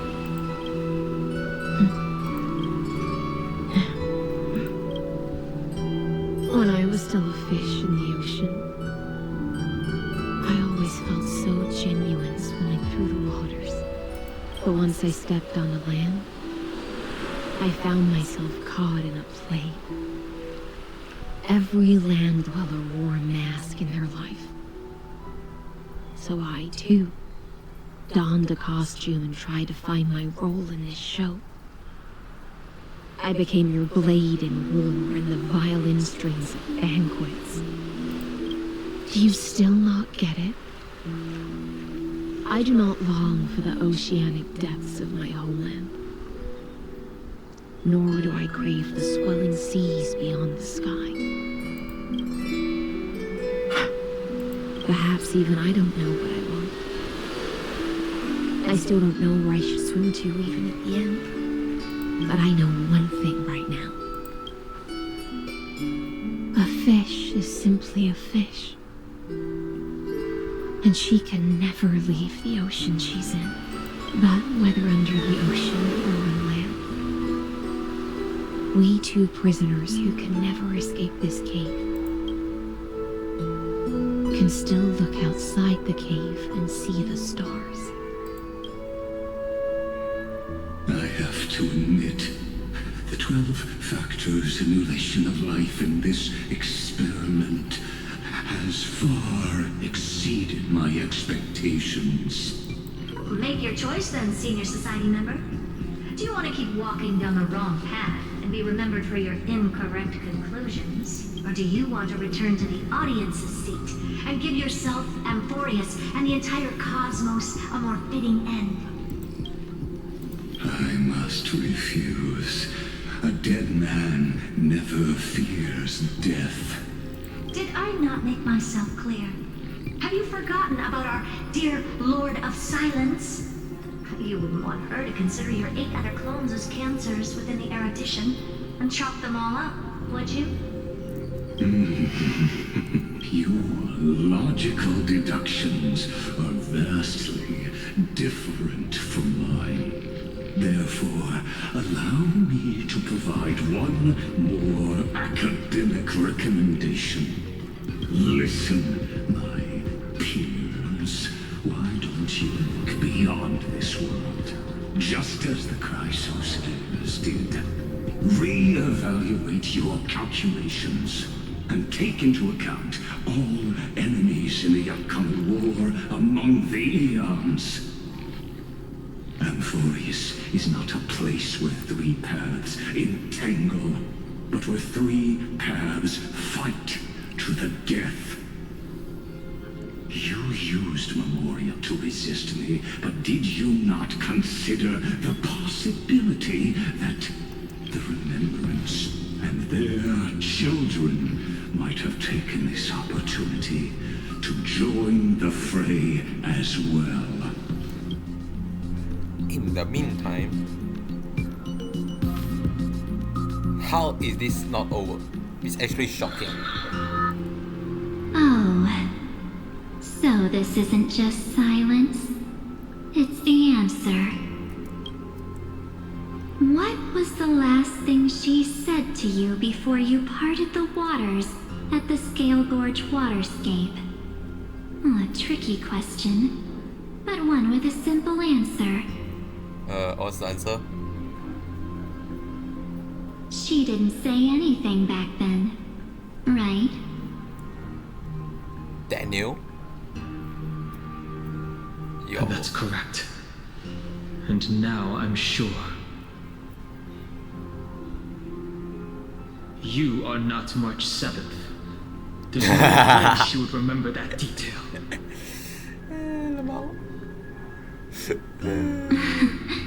It's like, you're too smart. I'll only warn you once. Leave her body now. How impulsive. That's not like you at all. Why don't you calm down and think about another possibility? I didn't take over March 7th's body. Rather, it's March 7th who regained my memories. Oh my god. The one time I want to see a bit more, you fucking hit me with the interlude. You bastard. What the fuck? I can put stuff in here? Oh. Speak with Serenity? I do not want to. Okay, let me wrap up. Cinema. It is cinema. One thing I really enjoyed the beginning and the ending. The middle part, I don't know why it feels too weirdly placed.